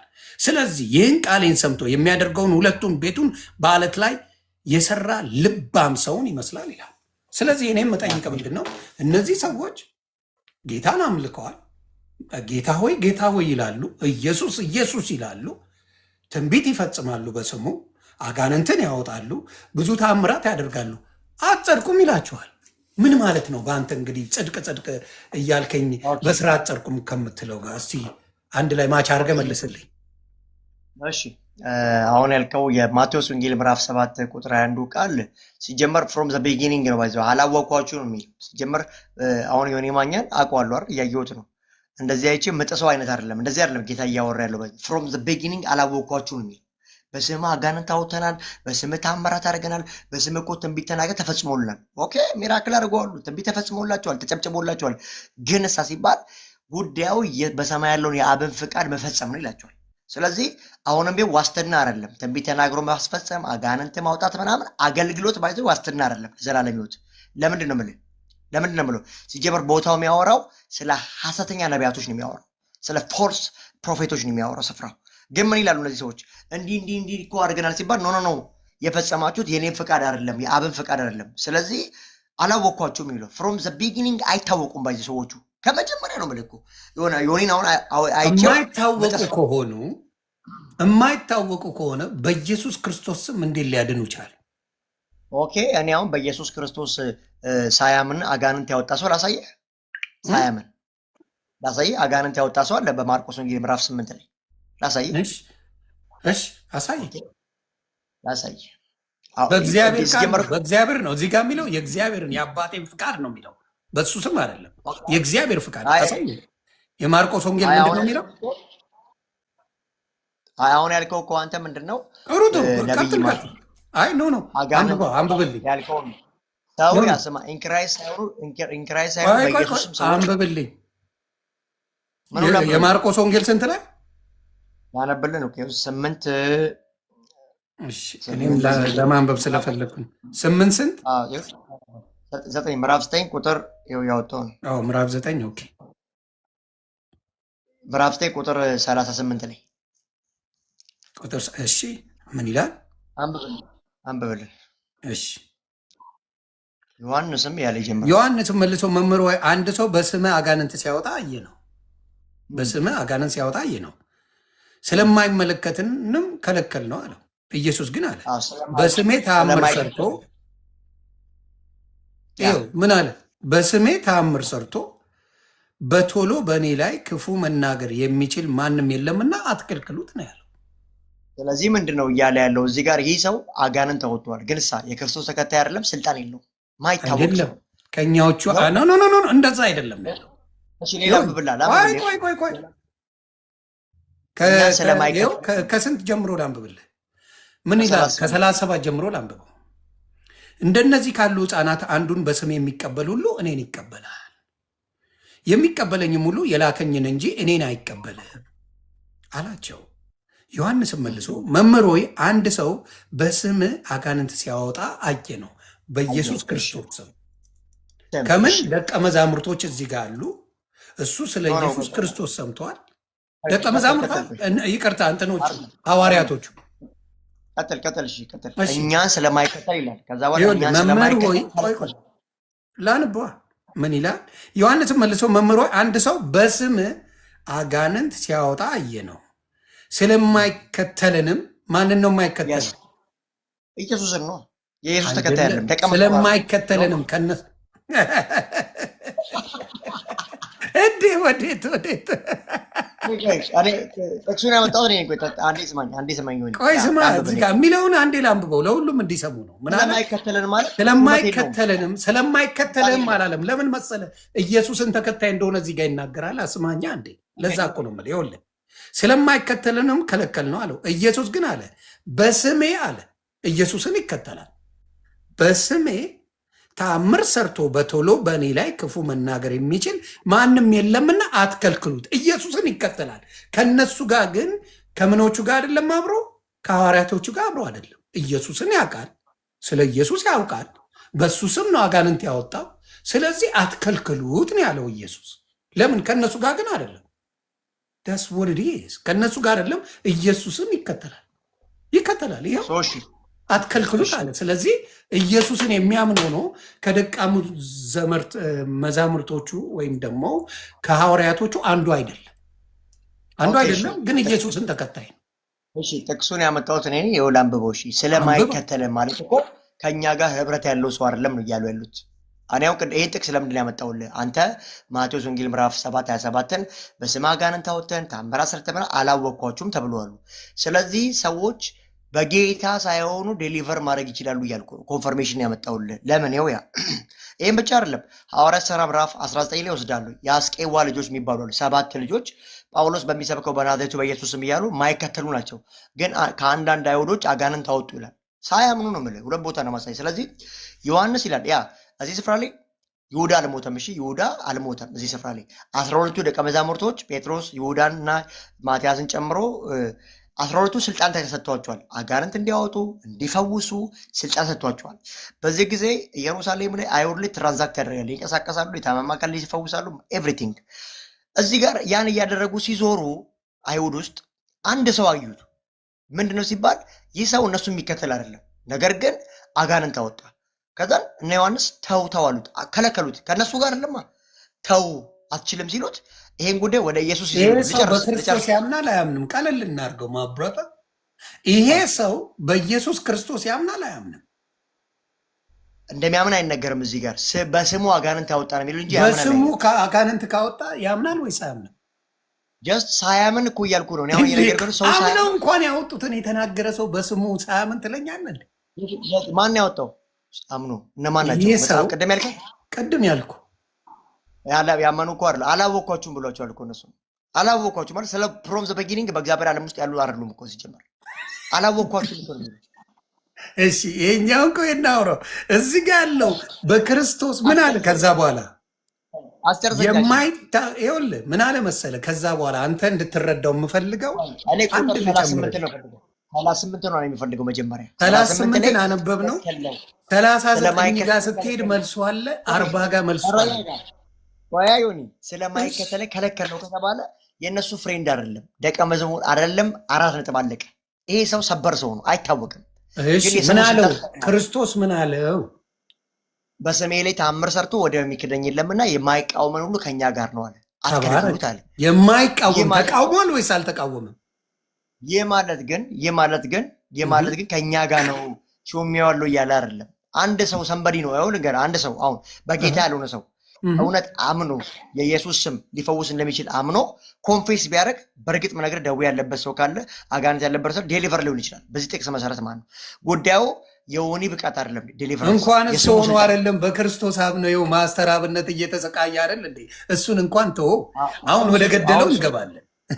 ወደ ጉዳዩ አንድ ጥቅስ ልስጥ። ቆይ ሐዋርያት ሥራ ምዕራፍ 19 ቁጥር 13 ላይ ቆይ ቲቲ በመድኃኒዓለም ታይ አንቺ መጽሐፍ ቅዱስን ይቅርብሽ። ቲቲ ሻይ ቲቲ ሪያሊቲ ሾው እንደው በተግባር ማስተካከሉ ይቀድማል። እዚህ ጋር ልናገር ከምትይ ፕሊዝ ፕሊዝ እና ቆይ እንሄዳለን። 39ንም 40ንም እናነበዋለን። እዚሁ ጋር ምን ይላል መሰላችሁ? አንዴ ምን ይሆን መሰላችሁ? ዮሐንስም መልሶ መምህር አንድ ሰው በስምህ በኢየሱስ ክርስቶስ ስም አንድ ሰው በስምህ ነው የሚለው በጌታ በኢየሱስ ክርስቶስ ስም ምን አድርጓል ይላል። አንድ ሰው በስምህ አጋንንት ሲያወጣ አየ ነው። ስለማይከተልንም ከለክል ነው። በኢየሱስ ክርስቶስ ያምናል፣ የእነሱ ተከታይ ግን አይደል። ያምናል። ከዛ ምን አለ? በስሜ ተአምር ሰርቶ በቶሎ በእኔ ላይ ክፉ መናገር የሚችል ማንም የለምና አትከልክሉት አለ። ከዛ የማይቃወመን እርሱ ከኛ ጋር ነውና ይላል። የክርስቶስ ስለሆናችሁ በስሜው እዚህ ጋር ደግሞ በጣም ደስ የሚላለ የክርስቶስ ስለሆናችሁ በስሜ ጽዋ ውሃ የሚያጠጣችሁ ሁሉ ዋጋው እንዳይጠፋበት እውነት እላችኋለሁ ይላል። ስለዚህ የክርስቶስ የሆኑትን ውሃ እንኳን የሚሰጥ ዋጋ እንኳን አለው። ዋጋ አይደለም በክርስቶስ ያመነ ለነሱ ምን የሚያደርግ የክርስቶስ ስለሆናችሁ በስሜ በኢየሱስ ክርስቶስ ስም ጽዋ የሚሰጣችሁ ሁሉ ዋጋው እንዳይጠፋበት እውነት እላቸዋለሁ ይላል። በእኔም ከሚያምኑት ከነዚህ ከታናናሾች አንዱን የሚያሰናክል ሁሉ ትልቅ የወፍጮ ድንጋይ በአንገቱ ታስሮ ወደ ባህር ቢጣል ይሻለው ነበር ይላል። ይሄ ሰው ክርስቶስን አማኝ ነው። በክርስቶስ ስም ነው ምን ያደረገው? የፈወሰው፣ አጋንንት ያወጣው። ስለዚህ ይሄ ሰው ምንድን ነው ማለት ነው? ጻድቅ ነው ማለት ነው። በጣም ምር ስለማይከተለን ከለከለው ነው የሚለው መጽሐፉ።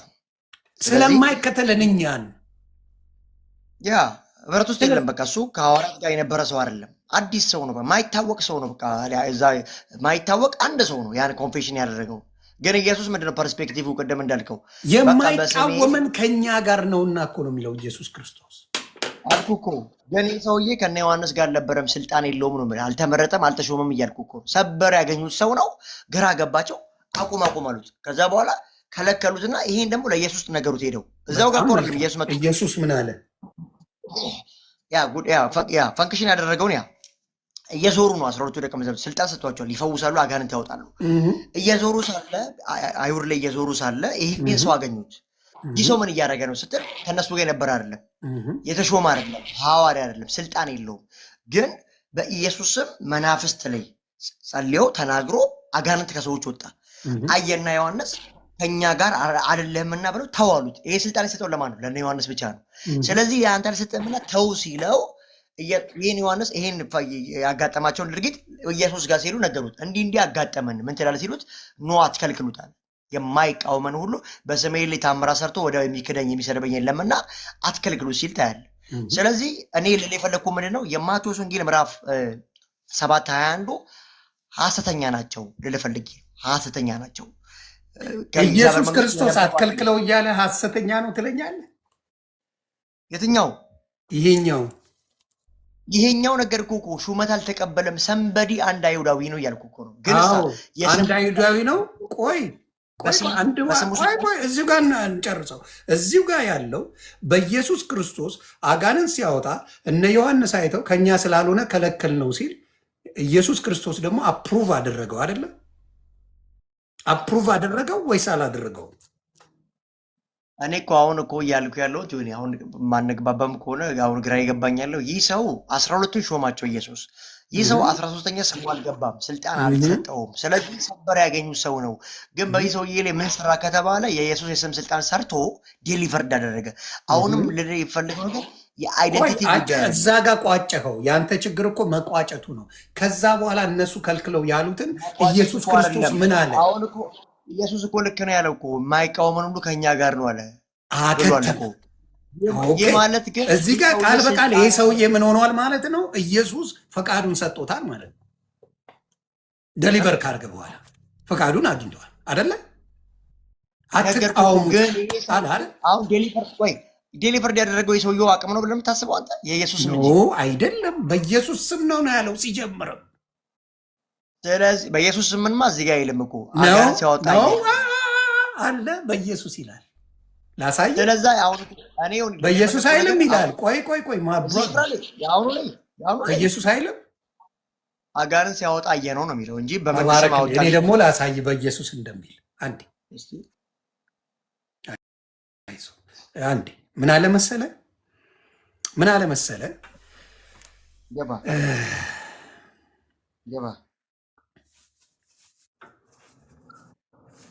ማርቆስ 38 ላይ አንተ አንብበውና እኔ አነበዋለሁ። ከዛ ለምን አንብበው እንጂ አንተ ምን አለ መሰለ ዮሐንስም መልሶ አለው አንድ ሰው በስምህ ማንን ነው? በኢየሱስ ስም ይላል እዛ ጋር። በኢየሱስ ስም አይልም እዛ ጋር። በስምህ ማለት በማስም ነው። በማስም ነው ካልከኝ በስምህ ያለው ማንን ነው? የኔ አባት ኖ ወይ ቃል በቃል ነው። ቆይ በስምህ ያለው ማንን ነው? ይኸውልህ ምን አለ መሰለ ይኸውልህ ስም እሱ ቆይ ለፈርዘር አንዴ ያዝልኝ። እንደዚህ ካለው ሕፃናት አንዱ በስሜ የሚቀበል ሁሉን ይቀበላል፣ የሚቀበለኝም ሁሉ የላከኝን እንጂ እኔን አይቀበልም አላቸው። ዮሐንስም መልሶ መምህር ሆይ አለው። አንድ ሰው በስምህ መምህር ሆይ ያለው ማንን ነው? እስቲ ንገረኝ። ማንን ሊሆን እንደሚችል ግልጽ ነው። እኔ እኮ እዛ ጋር ማንን ያለው? ቆይ አንዴ ማንን ነው መምህር ሆይ ያለው? መምህሩን ነው፣ ኢየሱስን ነው። ኢየሱስን በስምህ አጋንንት ሲያወጣ አየሁ ነው ያለው እና ከለከል ነው አለ። ስለዚህ በስምህ ያለው ኢየሱስ ክርስቶስን ተግባባል። ይሄ እኮ ምንም አጨቃጫቂ አይደለም። ቃል በቃል ስላልከኝ አይደለም አልከኝ። አይ አጻጻፉ ላይ በኢየሱስ ስም አወጣው ብሏል ብለህ ስትለኝ ነው እንጂ በኢየሱስ ስም ነው ያወጣው። እሱማ ነው እኮ ግን ቃል በቃል እዛ ጋር እንደዛ አይልም ነው። አንተ እኮ ብለኝ እኮ እንዴት ነው የማይለው? ከዚህ በላይ እንዴት ይበለው? ማብራታ እሺ፣ እዚህ ክፍል ላይ እኮ አንድ ሰው የሚለውን ልንገርህ። ይኸውልህ ዮሐንስም መልሶ መምህር ሆይ አንድ ሰው በስም አጋንንትን ሲያወጣ አየ ነው። በማስም በኢየሱስ ስም አጋንንትን ሲያወጣ አየ ነው። ወደዛ ስትሄድ ምን ብለኝ ነው የልከው? በኢየሱስ ስም ሲያስወጣ አየን ይላል ብለኝ ነው የልከው። ለዚህ ትክክል ብያለሁ። ስለዛ የማቴዎስ በስም ማለት በማን ስም ማለት ነው? ንገረኝ። ያው ነው ነገርኩህ። በኢየሱስ ስም እኔ ኖ እሱን ተወው። በስም ሹሉቃን ጋበዝኩት አልኩ። ምን ማለት ነው? በእኔ ስም ነው። በሚኪያስ ሹሉቃን ጋበዝከው ነው።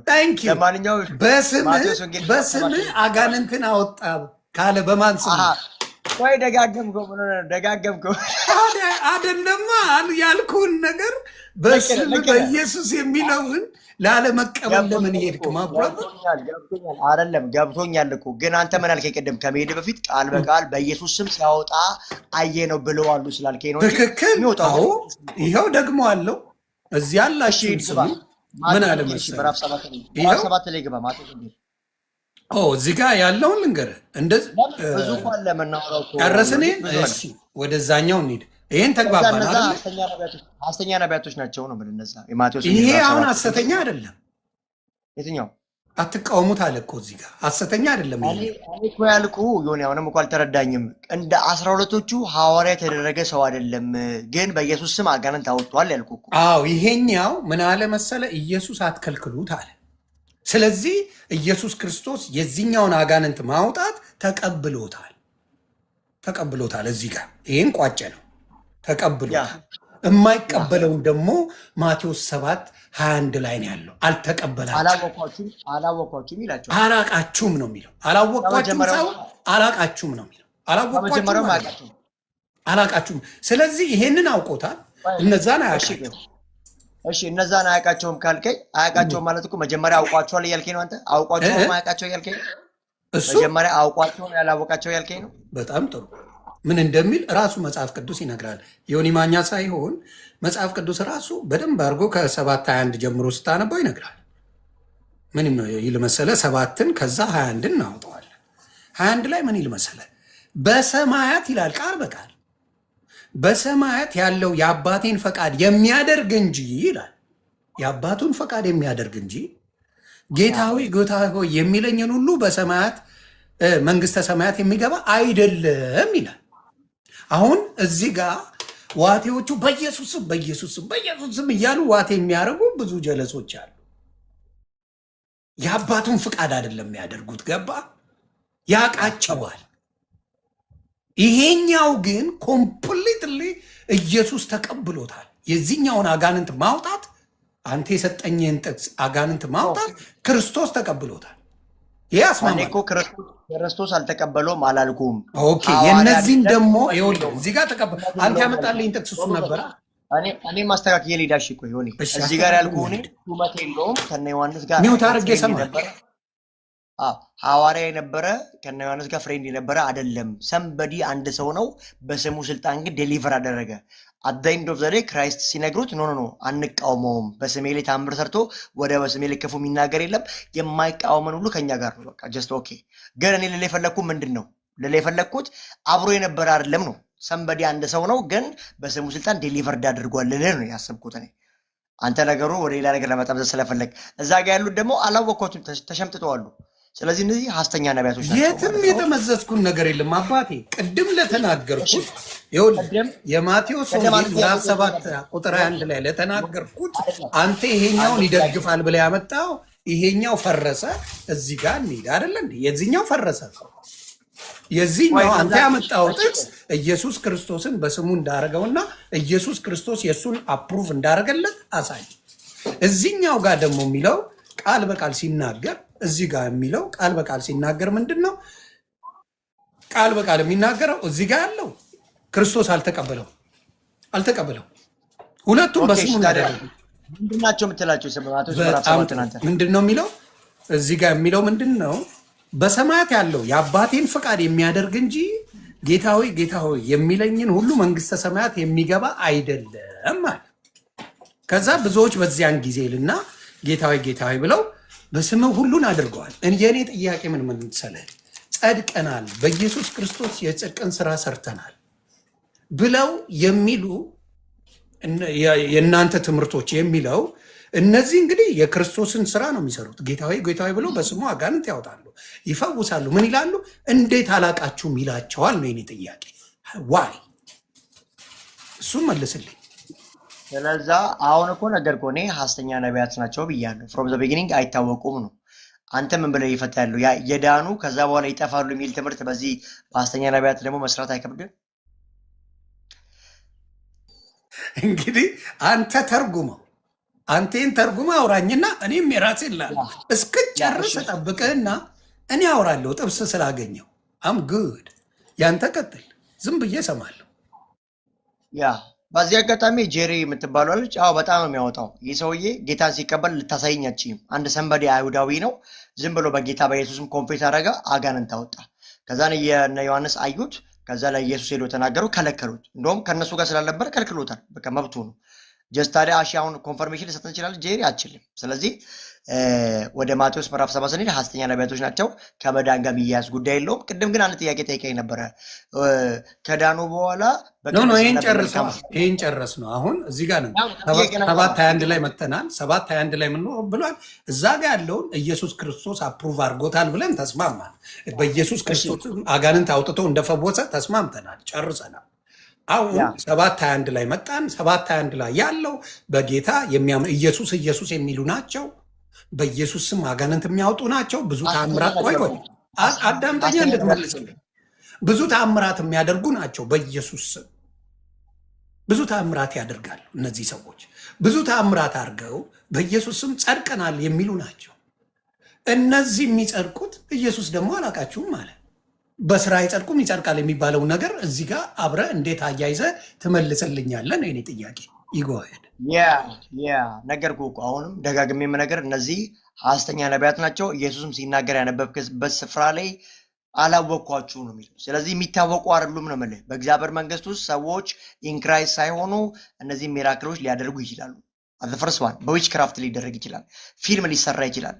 በተለያዩ መንገዶች ስለሚደረግ እኔ እዚህ ጋር ባለውን የጠየቅኩ በሌሎቹ አልጠየቅኩ። ማ ብራዘር አም አስኪንግ ዩ ቤዝድ ኦን ዲስ። ሌላ ቦታ አትሄድም። ዊች ክራፍት በዚህ ጋር ዶክተርም ምናምን አትለኝም። የምትለኝ በ7:21 ላይ በሚለው ነው ኤክስፕሌን የምታደርገን። ጥሩ አማርኛ ለዚህ መልስ እኔ ምንድነው ሐሰተኛ ነቢያቶች ናቸው። አራነት ስለዚህ አልጸደቁም ማለት ነው ሲጀመርም ሲጀመር ጽድቅ የሚባል ዓለም ውስጥ አልገቡም። እነዚህ አላወኳችሁም ነው። ሳይድኑ ማዳን ይችላሉ። ምንድን ነው ያዳኑት? እዚህ ጋር አጋንንትን አውጥተዋል። እሺ ምን እንዳዳኑማ ቆይ ምን እንዳዳኑማ ልዘግብ። እሺ እኔ ልዘግብ ምን እንዳዳኑ ልዘግብ። ልክ ቢሆን ኖሮ እኮ ኢየሱስም ያስገባቸው ነበር። አይ ነገርኩ። በሰማያት ያለ ምን አለ መሰለ? ምን ይላል? ጌታ ሆይ ጌታ ሆይ በስምህ ትንቢት አልተናገርንምን? በስምስ አጋንንት አላወጣንምን? በስምስ ብዙ ተአምራትን አላደረግንምን? ተአምራት አድርገዋል፣ አጋንንት አውጥተዋል፣ እንደ ትንቢትም ተናግረዋል። የቀራቸው ነገር የለም። ሁሉ ነገር አድርገዋል። በኢየሱስ ናቸው እነሱ። በኢየሱስ ነን ነው የሚሉት። በጌታ በኢየሱስ ስም ናቸው እነዚህ። ሰው በስሙ ሁሉ የቀባጠረ ዳነ ማለት አይደለም። ጸድቀናል በስሙ ለሚባል ትምህርትን ይሄ ኮምፕሊትሊ ያፈርሰዋል። አዘሆል አይደለም እያወራ ያለው እኮ እንደዚህ አድርገናል ለሚሉ ሰዎች ኤክሴፕሽናል ሜሴጅ እኮ ነው። እንዲህ አድርገናል የሚሉ ካሉ በስሙ እኮ ነው። በማን ስም ነው ንገረኛው? በኢየሱስ ክርስቶስ ስም ነው አይደል? ታዲያ ኢየሱስ አልተቀበላቸውማ። ታዲያ ምን ታደርጋለህ? ኢየሱስ አልተቀበላቸውም። ለምን ንገረኛ? ለምን ራሱን ያልተቀበላቸው? ከመጀመሪያም አላወኳችሁም ይላል። የሆነ እኮ አላወኳችሁም ማለት ከመጀመሪያም እኔ መልሱ ስላለኝ ነው አባቴ። እኔ መልሱ አለኝ። አንተን ለምን ብዬ ጠይቃለሁ። እኔ መልሱ አለኝ። እሺ ቁጥር 23 በዚያ ጊዜ ከቶ አላወኳችሁም እናንተ ክፎች ይላቸዋል ኢየሱስ መልሶ። ከቶ አላወኳችሁም መልሱ ለምንድን ነው ንገረኝ። መልሱን ንገረኝ። ለምንድን ነው ያልተቀበላችሁ እኮ ነገርኩ። እነዚህ የዳኑ አይደሉም ሐሰተኛ ነቢያቶች ናቸው ብያለሁ። 4 ነጥብ ዘግቻለሁ እኮ ወደ ሌላ ለምን አላልፍም? መልሱ እሱ አይደለም የኔ አባት። እሺ አንተ መልስና ወደ ቀጣይ ሌላ ነገር ነው። ኦኬ መልሱን ልመልስልህ። ምን ይል መሰለ? በደንብ ማንበቡ ስለሚጠቅም ብዬ ነው። መልሱ ምን መሰለ? 21 ላይ ከ21 ጀምሮ ደጋግሜ ሳላነብልህ ልታነበቡ አልፈልግም። ምን ይላል? በሰማይ ያለው የአባቴን ፈቃድ የሚያደርግ እንጂ ጌታ ሆይ የሚለኝን ምን አላረግም ያለው። ምን ይላል? በሰማይ ያለው የአባቴን ፈቃድ የሚያደርግ እንጂ ጌታ ሆይ የሚለኝ ሁሉ መንግስተ ሰማያት የሚገባ አይደለም ማለት። የአባቱን ፈቃድ የሚያደርግ የእግዚአብሔርን ፈቃድ የሚያደርጉ አይደሉም። በስሙ አጋንንት ያወጣሉ፣ በስሙ ብዙ ነገር ያደርጋሉ፣ ፈቃዱን ግን አያደርጉ። ያንን ነው የሚለው። ወደ ሌላ መሄድ እንችላለን። ይሄን ነገር እንዝጋው። እሺ ወደ ሌላ ጥያቄ ጠይቄ ነበረ። ሁሉም ከዳኑ በኋላ እንደፈለጉ ቢሆኑ አንዴ ስለጸደቁ ችግር የለው ምናምን ብለህ ነበርና ጌታ ኢየሱስ ደግሞ በሉቃስ ወንጌል ምዕራፍ 8 ያስተማረው ትምህርት አለ። ዘሪ ዘሩ ሊዘራ ይወጣ ይላል። ይህን ያው ባይብል የከፈትክ ተከታተለኝ ወይና ዘሪ የሚለው የእግዚአብሔር ቃል ነው። ዘራ ይላል እና 4 ቦታዎች ላይ ዘሩ ሲዘሩ ታያለ። አንዱ በመንገድ ዳር ላይ ይላል፣ አንዱ በድንጋያማ ስፍራ ላይ ይላል፣ ሌላው ደግሞ በጭንጫ ላይ እና በመልካም መሬት ላይ ተዘሩ ይላል። በመልካም መሬት የተዘራው ነው ውጤታማ የሚሆነው። ሀሳቤን መጨረስኩ። ቀድሜ መልሱን መለስኩት። በጣም ይቅርታ። አይ መልሱን እሺ። እና መንገድ ዳርና ድንጋያማ ስፍራ ይላቸዋል። ድንጋያማ የሚላቸው ሁሉም ባይዘ ዘሩ የእግዚአብሔር ቃል ይላል። ሁሉም የሚሰማ ነው ባይዘ። አሁን ድነናል ምናምን ትላለህ አይደለ? እኛ አንድ እምነት ልንገርህ፣ አሁን በክርስትና ዲኖሚኔሽን ላይ ራሱ ሁሉም ድኗል የሚል ትምህርት የለንም እኛ ባይዘ። አንድ እውነታውን ስለነገር ከዚህ ልጀምር። በሎካል ቸርች ውስጥ ያለው ሁሉ ሳልቬሽን አገኘ ብለን አናምንም እኛ። ለምን ካልከን እውነተኛ አማኝና አፋዊ አማኞች አሉ በሎካል ቸርች ውስጥ፣ የዳኑና ያልዳኑ ሰዎች አብሮ ሊኖሩ ስለሚችሉ። እሺ ልጀምር። ሉቃስ ወንጌል ምዕራፍ 8 አንዱ ድንጋያማ ላይ አንዱ መንገድ ዳር ይላል። ድንጋያማ ላይ ያለው ወዲያው ቃሉ ከዛ ዴመን መጥቶ